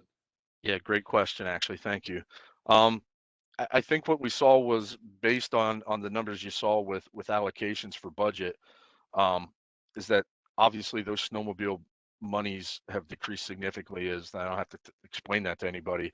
But to reinforce those roadways and trailways, yes. I think one of the primary concerns was for our DCNR maintenance staff that they would have adequate time. Many of those districts utilizing seasonal maintenance folks that'll be done here within the next week or so and gone prior to the Thanksgiving holiday. So those districts have not really expressed a concern. I think initially with the uncertainty of where the actual trail itself was going to go and potentially will go in 2022, ultimately that'll be more of a concern. I don't think right now that it was so much an issue. I know Chris Nicholas and his folks there in District 15 really have had a pretty good turnaround with reinforcing grooming efforts here prior to the snowmobile season. So I think rehabbing the portions there along what I would call the Cowdy Pike up along Route 44, I think were much needed improvements, whether we coexist snowmobile or ATVs on them in future years or not. So Thank you. Okay. Yep, absolutely. Okay, let's keep it moving. All right, guys. Thank you for your time. Appreciate it. Thank you. Hey, Troy, before you leave. Yes, sir. This is Denny, man. That was a lot of information, and thanks. Is there a way we could somehow keep in contact so that it's not 6 months out between PAOHB getting information from you? Yeah, I guess the only thing I would say is, yeah, just contact me. I don't think we have anything to hide. We're trying to be as transparent with the groups as we can be, understanding that it's an ever-changing process by the day. And that'd be great. It's trying to herd cats a lot of times, with where those priorities lie. Excuse me. So yeah, but absolutely, you can reach out to me at any time. No, I'm just trying to establish a dialogue between us, because 6 months is that much information. It's overwhelming. Yeah, it's a lot. Yeah, I spewed out and regurgitated a lot of information there. I apologize. No problem. Okay. Thanks for your report, Troy. Thank you.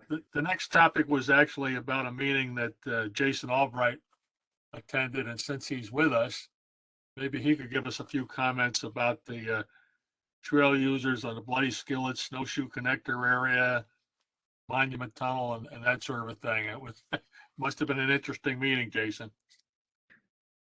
Yeah, it was an interesting way to spend a weekend there at Memorial Day, or part of that weekend, or it might have been before. But at any rate, we, in a long story short, our local district up there, in an effort to address some long-term illegal ATV use options, got a bit overzealous with some closures and closed off the railroad grade between the town of Orviston and the tunnel at Monument, which, to be clear, has never been a legal part of our ATV trail system. But that being said, it's certainly of importance to the local town and the people there who do like to get out there and visit that tunnel on occasion. One of the complications for us is the only way they can do that is either by ATV or to illegally use the bridge we installed over Beach Creek to allow ATVs to cross Beach Creek with vehicles. There's some issues there with the weight limits on the bridge. It's only a 10-ton bridge. It's really not made for vehicular use. It's made for ATV use. All that in way of background as to why we ended up having an impromptu public meeting at the library in Beach Creek with probably about a room full of 85 people or so, if I recall. Most of whom were not very happy with us at that course of action. As a result of that, we are going hopefully in the months ahead here, get lined up with a consultant to look at any ways we can sustainably add that railroad tunnel out at Monument as part of the ATV trail at Bloody Skillet. This is directly adjacent to Bloody Skillet ATV trail system. It probably is a one way in, one way out, one way back solution, but we'll see what that comes back with. We're also going to be looking at the overall sustainability of Bloody Skillet while we're doing that. There are some sections of trail up there that, you know, frankly, were pressed into service because they were existing roads as opposed existing skid trails, as opposed to a more sustainably designed section of trail to help with the speed of getting the trail up and open and avoiding some immediate permitting issues. You know, I think we all recognize that we need to do a better job on some of those approaches. So we'll have the consultant take a look at that as well as the rest of the trail system and make some fairly specific maintenance recommendations to us. And then finally, as part of that study, we'd also like to engage the residents of Orviston themselves. For those of you who have never been to Bloody Skillet, I mean, it is integral to Orviston. I mean, you cannot live in the town of Orviston and not know there's an ATV trail system around you. That one of the trailheads is literally in the town, like residences on either side. You know, in past years and other projects down there, in terms of trying to develop additional parking areas and such, we've heard from residents that you know, they've never really felt particularly well heard on how that planning went about. So we'd like to reach out as part of this effort and you know, capture that social side of things here as well, and you know, make additional changes to the trail system to better accommodate that. To be fair and balanced, you know, I've also heard from people from Orviston that are in favor of the trail system, but maybe more so from those that have some concerns on how it changes their town and the character of their town. And if you ever get down to Bloody Skillet on the opening weekend of ATV trail system, you'll see pretty quickly what they're concerned about. So we'll also be looking at trying to incorporate that and making some recommendations on overall how to improve the Bloody Skillet ATV trail and look at that connection to the tunnel. Okay, thank you. But thank you. Questions for Jason? Yeah, Jason Denny, man. Hey, Denny. I was at the meeting and it seemed like the tunnel was the main issue. Yeah, I think so too. It was a good practice, but applied in the wrong spot is the way I would put it. And it clearly, you know, drew a very emotional response for the town, as it should have. Yeah, and I think the having a survey of the actual opinion of the town folk is a great idea because it seems so evenly split. Yeah. Yeah, and you know, in the past, we've been asked, Denny, to actually incorporate more of the town. There's a railroad grade that runs right through Orviston. Literally, I mean, you're 15 feet from the back of people's houses in some spot. And we've had requests in the past to you know, incorporate that grade right through town. And, you know, whether you're an enthusiast or not, I don't know too many people who are going to be thrilled about an active ATV trail system that's like 20 feet from their bed. You know what I mean? Absolutely. So there's probably more productive ways to incorporate what's down there versus what we've got now. And let's take a look at trying to accommodate those folks best we can. Yeah, I think with the survey will help clear up whether the trailhead should be there or not. Yeah, that's one of the primary issues. And then the secondary issue becomes, if it's not there, where do you put it? Because you have a lot of people that do, you know, access that trail from that direction, that southern trailhead. So. But the as far as getting to that tunnel as a spur, do you feel that that's a add-on that could be done in a reasonable amount of time, since that seemed to be the whole reason for the meeting? Everyone wanted to be able to go to look at the tunnel. Yeah, I think it's part of that. You know, that effort I just mentioned. The good news, as you mentioned, is the grade is already there, so it's available. On the limiting side, and really to me from the trail perspective side, is how do you loop it in? I mean, is there a way to avoid the one way in, one way out traffic? You know, I think you also have to look at the integrity of the tunnel itself. Nobody's ever looked at that. You know, it's never been open for public use as a promoted trail system. So do we have to at least look at that? Yeah, I think they just want to look at it. But when will that study begin, did you say? So we have it in our ATV budget this year, and we need to, among other projects, get that one rolling and get it started. So hopefully over the winter here, Denny. All right, thank you. You bet. Thank you for showing up that day. Appreciate the interest. That was no problem. I would say it was a little unruly. Yeah, you're one of the few people who didn't yell at me. So that's why I particularly appreciate it. Oh, I tried not to. All right. Thank you. Both. Could we then just move along a little bit into the motorized grants? We have Leslie Sarvis. And there was a handout that was sent out. Yes. Good morning, almost afternoon. Can you hear me okay, Jack? Good morning. All right. Hi, everybody. I know we are short on time, and I really, quite frankly, didn't have a whole lot to report anyway, so hopefully this won't take too much time. But I'm Leslie Sarvis. I am a Greenways and Trails Program Specialist in the Bureau of Recreation and Conservation, which I think most of you know administers the Community Conservation and Partnerships Grant Program, including motorized grants. So my understanding is the committee requested a report from our Bureau on the 2021 Motorized Grant Awards. Unfortunately, like I said, we don't have too much to report because we have not announced the grants this year. We are working on getting that announcement out, and we do hope to have news on the grant awards soon. So what we have here that I think everyone can see on your screen is a list of our current motorized grants for the committee's general information. So you can see the types of projects that we are funding and that are ongoing within the Commonwealth to help improve our motorized recreation. The spreadsheet is broken into 3 tabs here. The first tab is our ATV funded projects.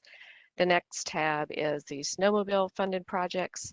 And then the last tab is our federal recreational trails funded projects, or PRT as we call them, motorized only.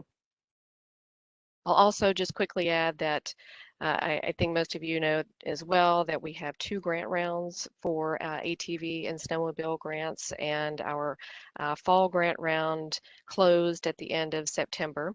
And we did sort of hurry up or fast track our review process so that we can announce both the spring and the fall grants at the same time.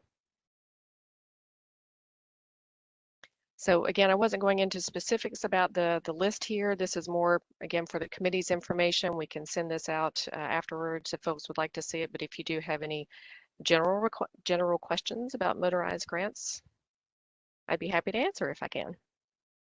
I would just ask the committee members to take a look at this spreadsheet. Thank you for sending that out. I was more interested in looking at these things and if there was any information upon the implementation or a time frame with relation to this. I do know, for instance, the Allegheny Ridge Recreation, that report's supposed to be about 2 years out. But if the committee looks at what's going on here now, for example, the ATV funded projects, you're going to see some of the stuff that we mentioned earlier about connectivity and linking. The first one with the Allegheny Ridge project would take things from down along the very close to the Maryland border on up to connect through the Sproul State Forest area and the pilot project and almost up into well, it would take you right up into the New York State border.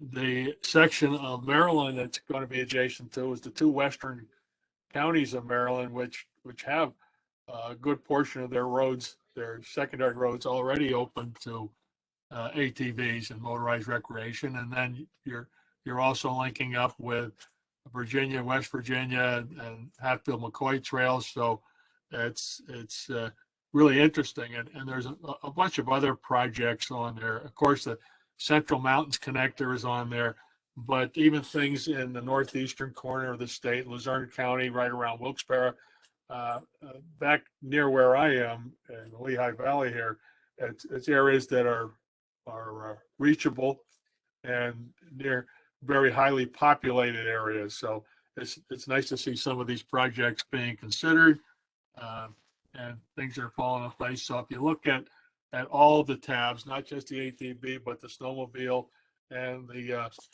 Pennsylvania Recreational Trail. Now that's the old SIMS Act federal dollars that come out there, and those projects are for multiple trail users. And they're a good example of the cooperation that can come between different user groups, and even on trails that may be seasonal, but everybody benefits from it. So there's a lot of information there, and we could go on talking about this stuff forever. But I asked the committee to please take a look at that. And if they have questions about that, Leslie, you would be the contact? Yes. Okay, how about the committee members? Comments, questions?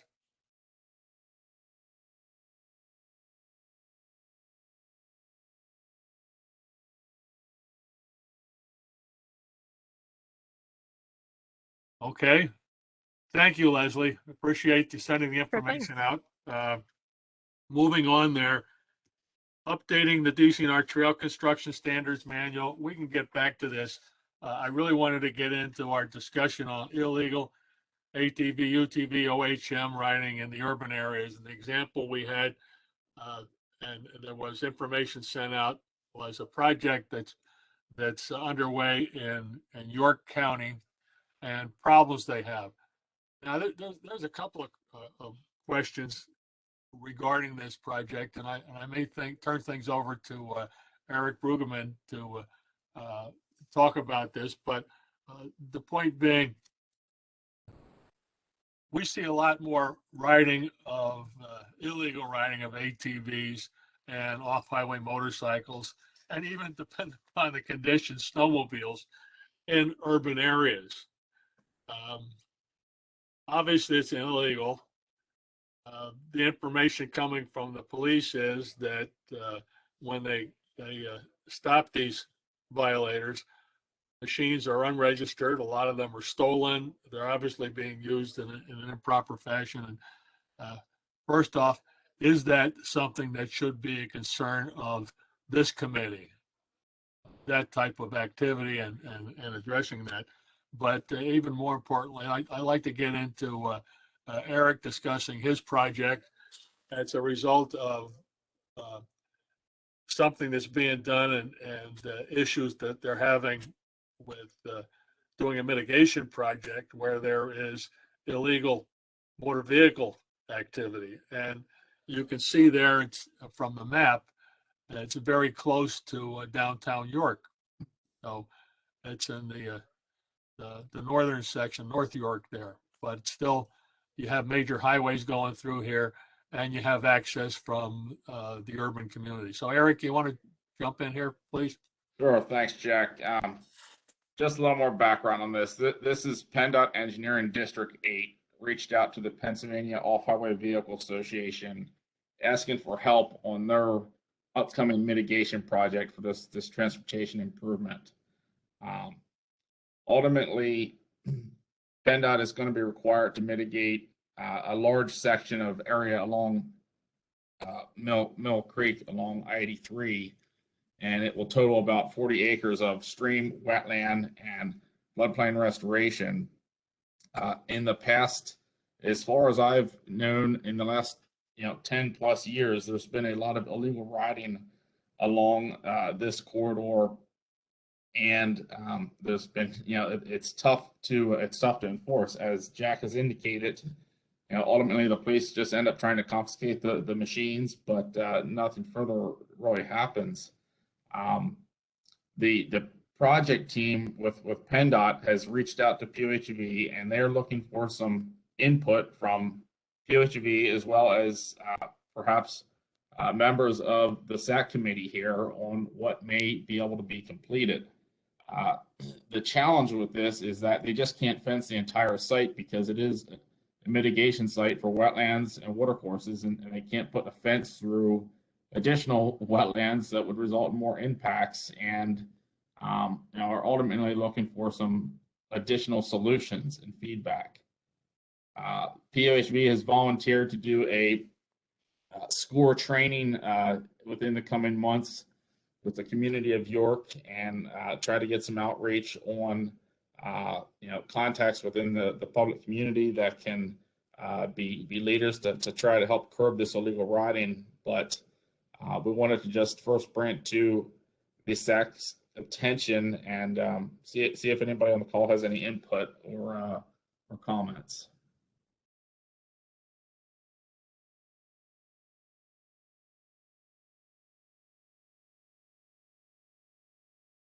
Often one of the mitigative techniques used in trying to keep illegal riding out of a wetland mitigation site is what is referred to as a tank trap, and that's building a trench around the wetland that physically can keep ATVs and off-road vehicles out, but that can't necessarily be built everywhere. And historically there was a lot of illegal riding on the levees of the Doris Creek here, and once the rail trail opened up, that seemed to curb that in that area.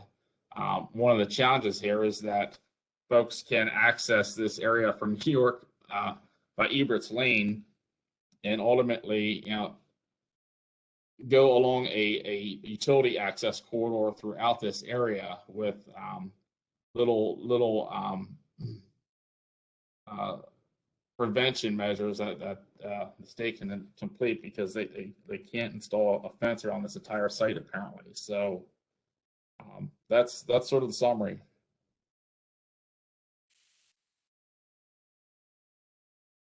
So any ideas? Eric, Denny, I have seen this type of scenario all my life, maybe even been part of it as a kid. You find an open space and you're drawn to it. That way, as a kid, you just go out and ride and don't have to worry about transporting and whatnot. But on the flip side, here you have a place that really shouldn't be happening at. It's just an open space and it draws the people in. From my standpoint, it's a tough nut to crack, and maybe education is the only thing I can come up with. Yeah, I agree, Danny. Thank you. That's there has been correspondence with the city of York and folks for the last 3 or 4 years where there has been interest in developing an off-road park in that community, but there has not been a clear champion to take the lead on that. So there's been several public outreach meetings that I have been part of as well, that the community can't seem to get organized. And the bottom line, the solution from York is just confiscate machines when illegal riding is occurring. So it is unfortunate, but that is the reality of what is happening in urban areas. And I'm sure many of you have seen the illegal riding that occurs within the streets on the news, and some deaths associated with that. So it is occurring. It's just kind of outside of the normal discussions that we have here with the SAC. So I wanted to shed some light on this. Well, this type of riding, though, I feel it's different than riding the streets. I mean, they're actually using this as a play area, not as a way to block traffic. I don't know if it's the same mentality that's riding here that rides down the streets doing wheelies. I think you might find out this is more in our realm than the antics happening on pavement.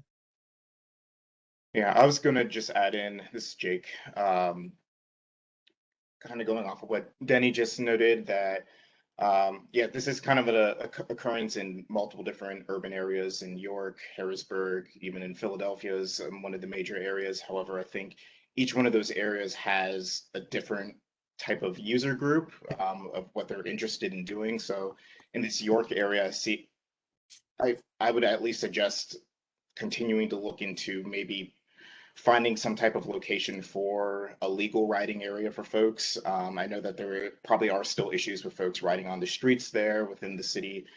However, maybe taking a broader look at legal ATV and OHV riding in the different cities and doing maybe like a user survey or contacting folks that have connections to the groups that are, I guess, partaking in the illegal riding is something that maybe this group can take a look at, as well as collaborating with other agencies and organizations like PennDOT, PSP. I'm not sure if there are any other organizations within the cities that exist already that we could tap into, but yeah, I think this is kind of one of those reoccurring concerns that is brought up at each meeting, and I'm not sure exactly what the solution is because it is a very multifaceted issue depending on what location you're at.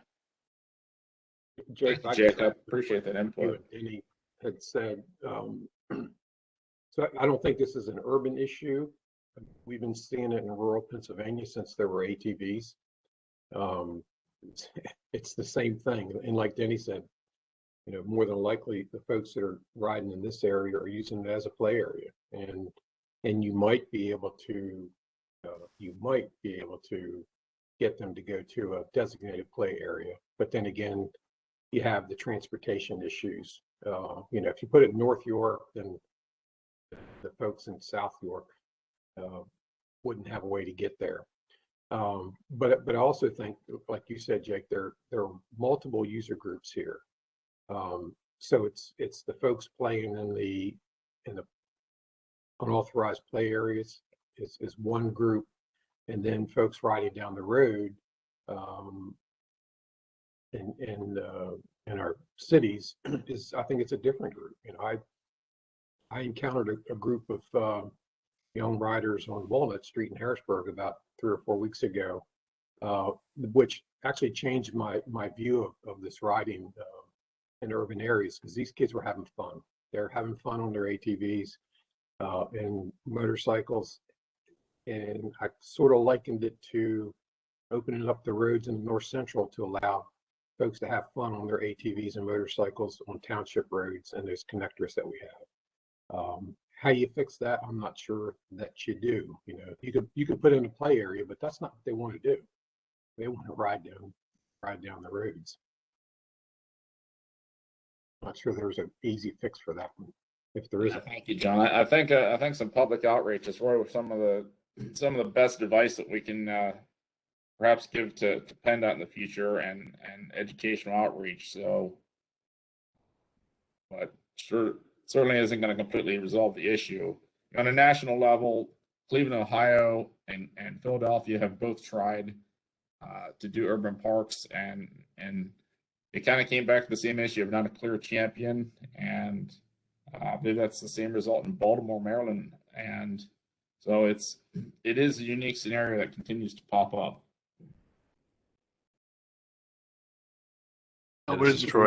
Like John mentioned, my group was involved with grant implementation with the Northeast Rail Trail Group when they got a grant from Dcnr. And we did a lot of cleanup on that project and everything else to get the trails expanded there and improved to allow motorized vehicles. Once the grant period ended, they wanted the ATVs off the trail. And the problem was being caused by the locals being used to just driving out of their back door, riding anywhere they want to ride. And that's where it is in rural Pennsylvania. And the local law enforcement didn't want to be arresting their neighbor's kid. But the group that was running and managing the rail trail wanted to have motorized groups come in there and kind of act as police because the local ones weren't doing it. So you have that project there. I live in downtown Bethlehem in the historic section, right in the middle of town. Last month, I had a group run right down the street in front of my house, the motorcycles and ATVs, and they do it in Allentown, they do it in Easton, they do it in all these larger urban areas. So I know it's an education thing that we have to get out there, and I think that may make a difference if we were better at educating the trail users in the rural areas about respecting other trail users and not creating dust problems and noise problems and all that kind of thing. We may be making a little bit more progress, but I think that's going to be a big part of it in the urban areas and the rural areas. Thank you, Jack. Anybody else have comments for Eric?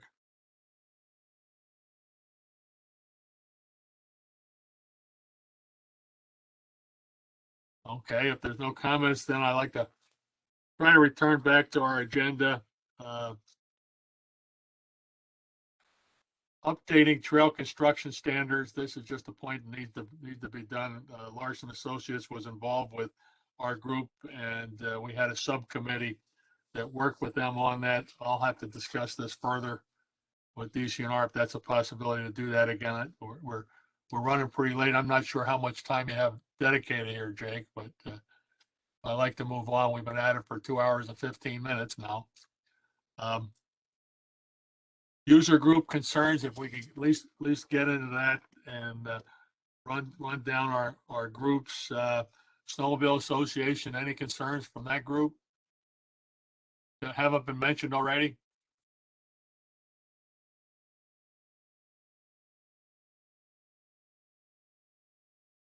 Okay, we have nothing there. And Hey, Jack, this is Troy. If I can touch on one thing real quick, forgive me. We did meet with some of the representatives there with PSSA here at Rachel Carson a couple weeks ago. One of the concerns was kind of a need for, and I think DCNR was in agreement with this, of more hands-on opportunities for our youth trainings. There was a misconception, I think, earlier last year that DCNR was looking to move away from actual in-person youth trainings. That is not the case.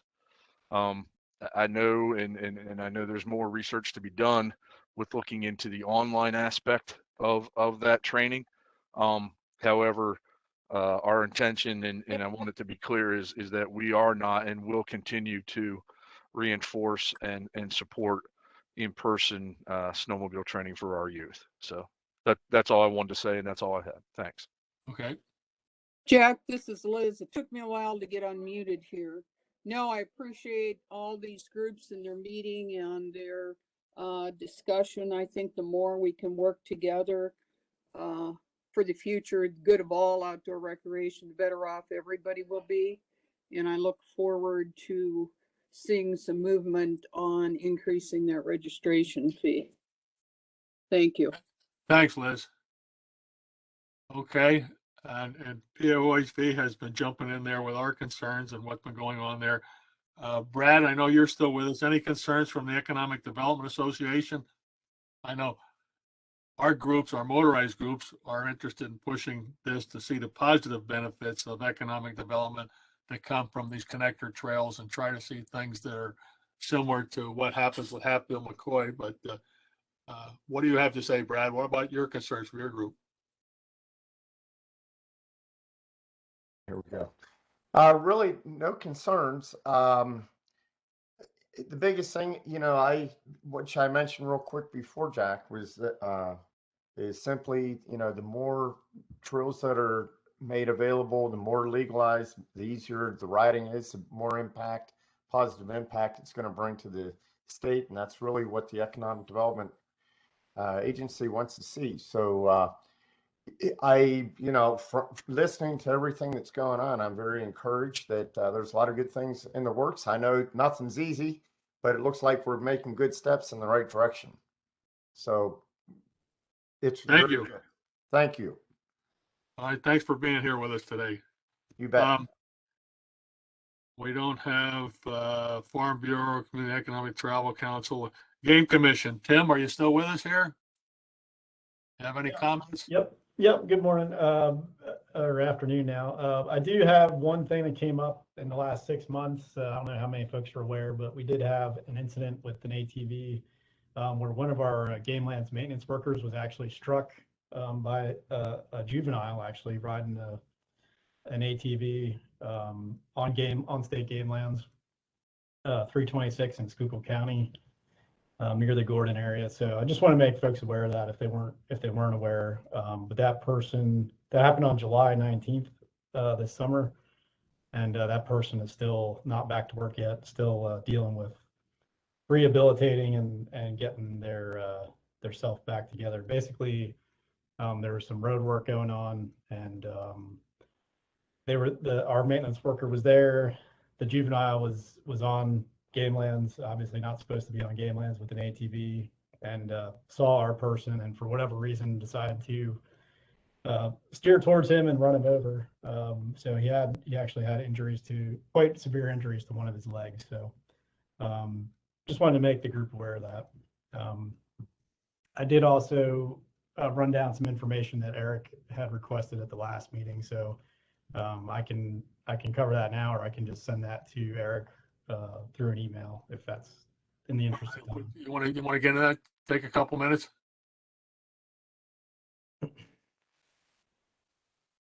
I can real quick. There was a request for at the last meeting the number of disabled permits that we put out for disabled folks to access game lands. So in the last 2 years, there have been 762 lifetime permits issued and 27 temporary permits issued. Now that's not just ATVs and snowmobiles. That includes if a person is using like a Segway or something, or a golf cart or something like that. So there's no way to tease out snowmobiles and ATVs directly, but that's the last 2 years. We can parse that out anyway. Prior to 2 years ago, they just issued disabled permits, and then you had to have what's called a vehicle placard if you're going to access game lands with an ATV or something, or a snowmobile. And there's lifetime 25, almost 26,000 of those permits have been issued. And basically they said approximately 20, there's no way to track exactly how many of those folks have those vehicle placard permits. But they said it was about 25%. So again, around 6,000 folks probably lifetime, with the addition of the around 780 in the last 2 years. So that's that information. The other request was if we could add some ATV safety to our hunter trapper education course. I spoke with those folks, and they're willing to. Basically, they're federally mandated to cover certain things, and I believe it's a 6-hour time frame, so there's not a lot of time to add, but they would be willing to add a slide to the presentation that's given in person to folks with any rules or regulations.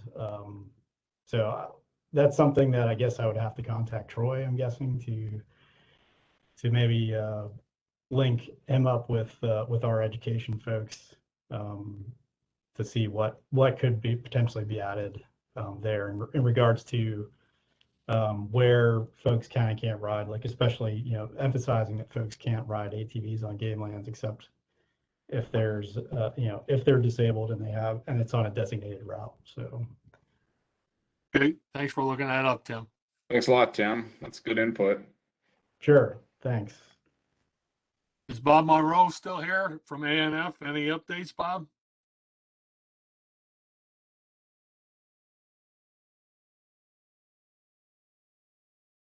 He's still muted. Looks like he's still here. Go ahead, Bob. Can you hear me? Yes. Okay. So we are still working on our Marionville District Connector Trail. We're running into some funding issues. We hope to have that resolved. We did complete our light and heavy trail maintenance work on our ATV trails. We haven't seen any significant snowfall up here, so we are working with 4 of our local snowmobile clubs to get them to groom the trails with our grooming equipment. We have them trained up and ready to go. And when that happens, we should be able to execute that and get it done. And with that, I don't have anything else unless you have some questions. I do, Bob. The connector to Marionville, will that run the rail bed? If you provide me your contact information, I can provide you with a map that will reflect where that's going to be. That's probably a better way of doing it. That's fine. Okay. So here, take down my contact information real quick. It's my name, Robert Monroe, MONROE, at USDA.com. So it's Robert.Monroe at USDA.gov. Gotta remember that. .gov. I got it. Okay, thank you. Thanks. All right, thanks, Bob. You're welcome. Then we have Danielle. Are you still with us from the Boroughs Association? Yes, I'm still here. Do you have anything? I don't think I haven't heard anything from our members regarding items. Something that I know you guys were discussing townships earlier and having issues with them agreeing to, well, not so much agreeing to, but they didn't want their trails publicly advertised, that there was items to go through the townships there. Not related to ATVs or snowmobiles, but I did have one borough out west who had an issue with a railroad that went through the borough. It was on private property, not the borough's issue. They didn't maintain the crossing for it there, and they've had fatalities years in a row. Their insurance company is dropping them from it, so my only concern going forward would be for our members what their insurance issues would be with trails on their land that aren't technically on private land, but it is within the boroughs, what kind of insurance liabilities they would run into with that. So if that's something, if there's further information on that somewhere that I could look into, that would be great. If it's something we need to consider, that's perfectly fine as well. I can look into that too. One of the things that the motorized groups have been pushing for in legislation in Pennsylvania is a strengthening of the hold harmless clause, similar to what you have with, I guess, ski resort operators, kind of a hold harmless clause that would allow landowners immunity from these lawsuits when they allow their land to be used for recreation, their private property. And that's been kind of a big issue. But I know that's the topic, the hold harmless clause that we have in our state laws. Would that transfer over to municipal land? If it was a public road, would it transfer over to that municipal land of it if it was misused for any kind of reason? I'm not a lawyer, but I'm looking at. I don't think any of us are, so we're good.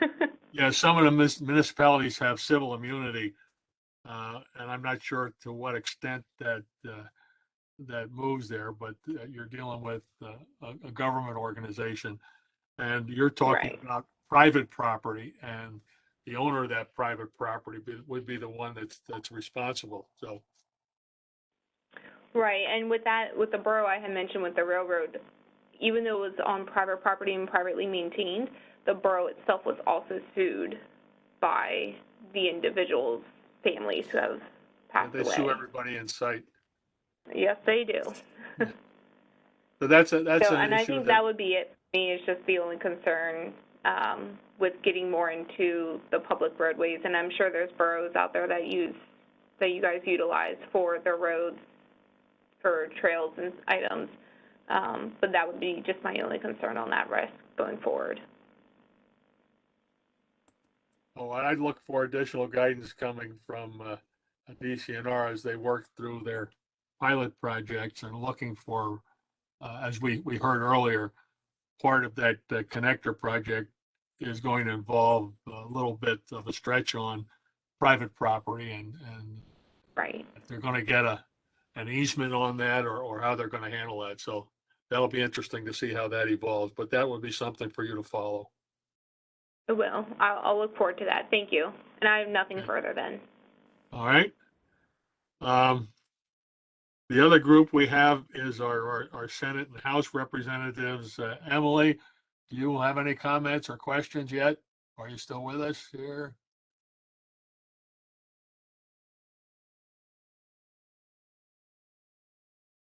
I don't believe Emily is on the call. Okay. How about we try Sarah Iverson? Sarah, do you have anything to add? Thank you. No comments at this time. All right. How about Griffin?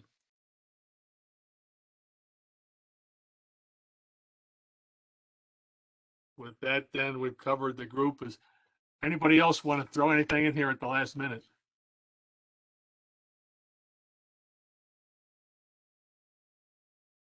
I do, Jack.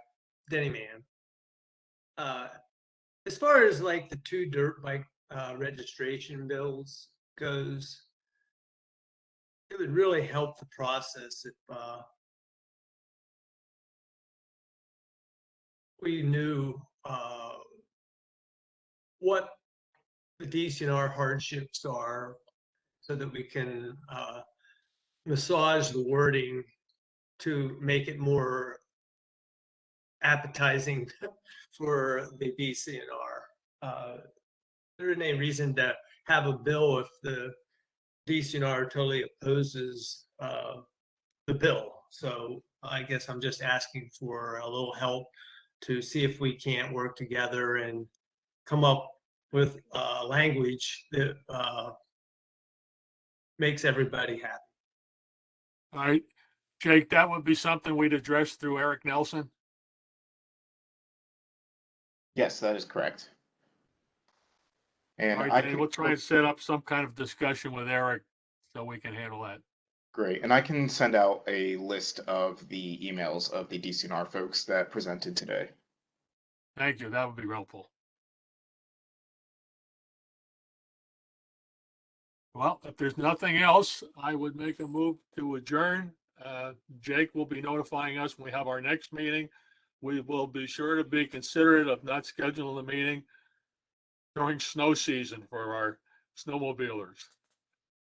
Hey, Dr. Clark, I'll also just jump in and say that before our next meeting in the spring, I believe our memberships will be running out for the SAC committee members. So I will be sending out both emails, I believe, and letters to the organizations that are non-legislative to re-up those terms for folks and resubmit for members and alternates. Okay, renominate their members. Yep. Okay.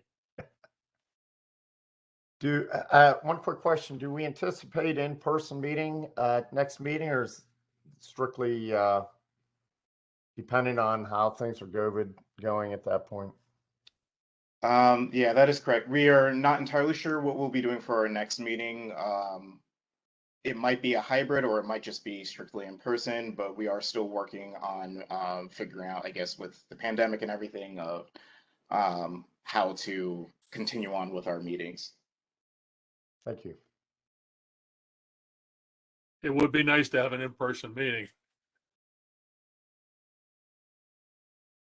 So that's a possibility for the spring, depending upon what directives you get from the state government there. Correct. Okay. And I do know I do a lot of work with the Department of Education, and we've been doing all our meetings virtually there. They haven't moved to face-to-face. So, and a bunch of the other committees are still doing virtual meetings. So it hasn't transitioned yet. Hopefully soon.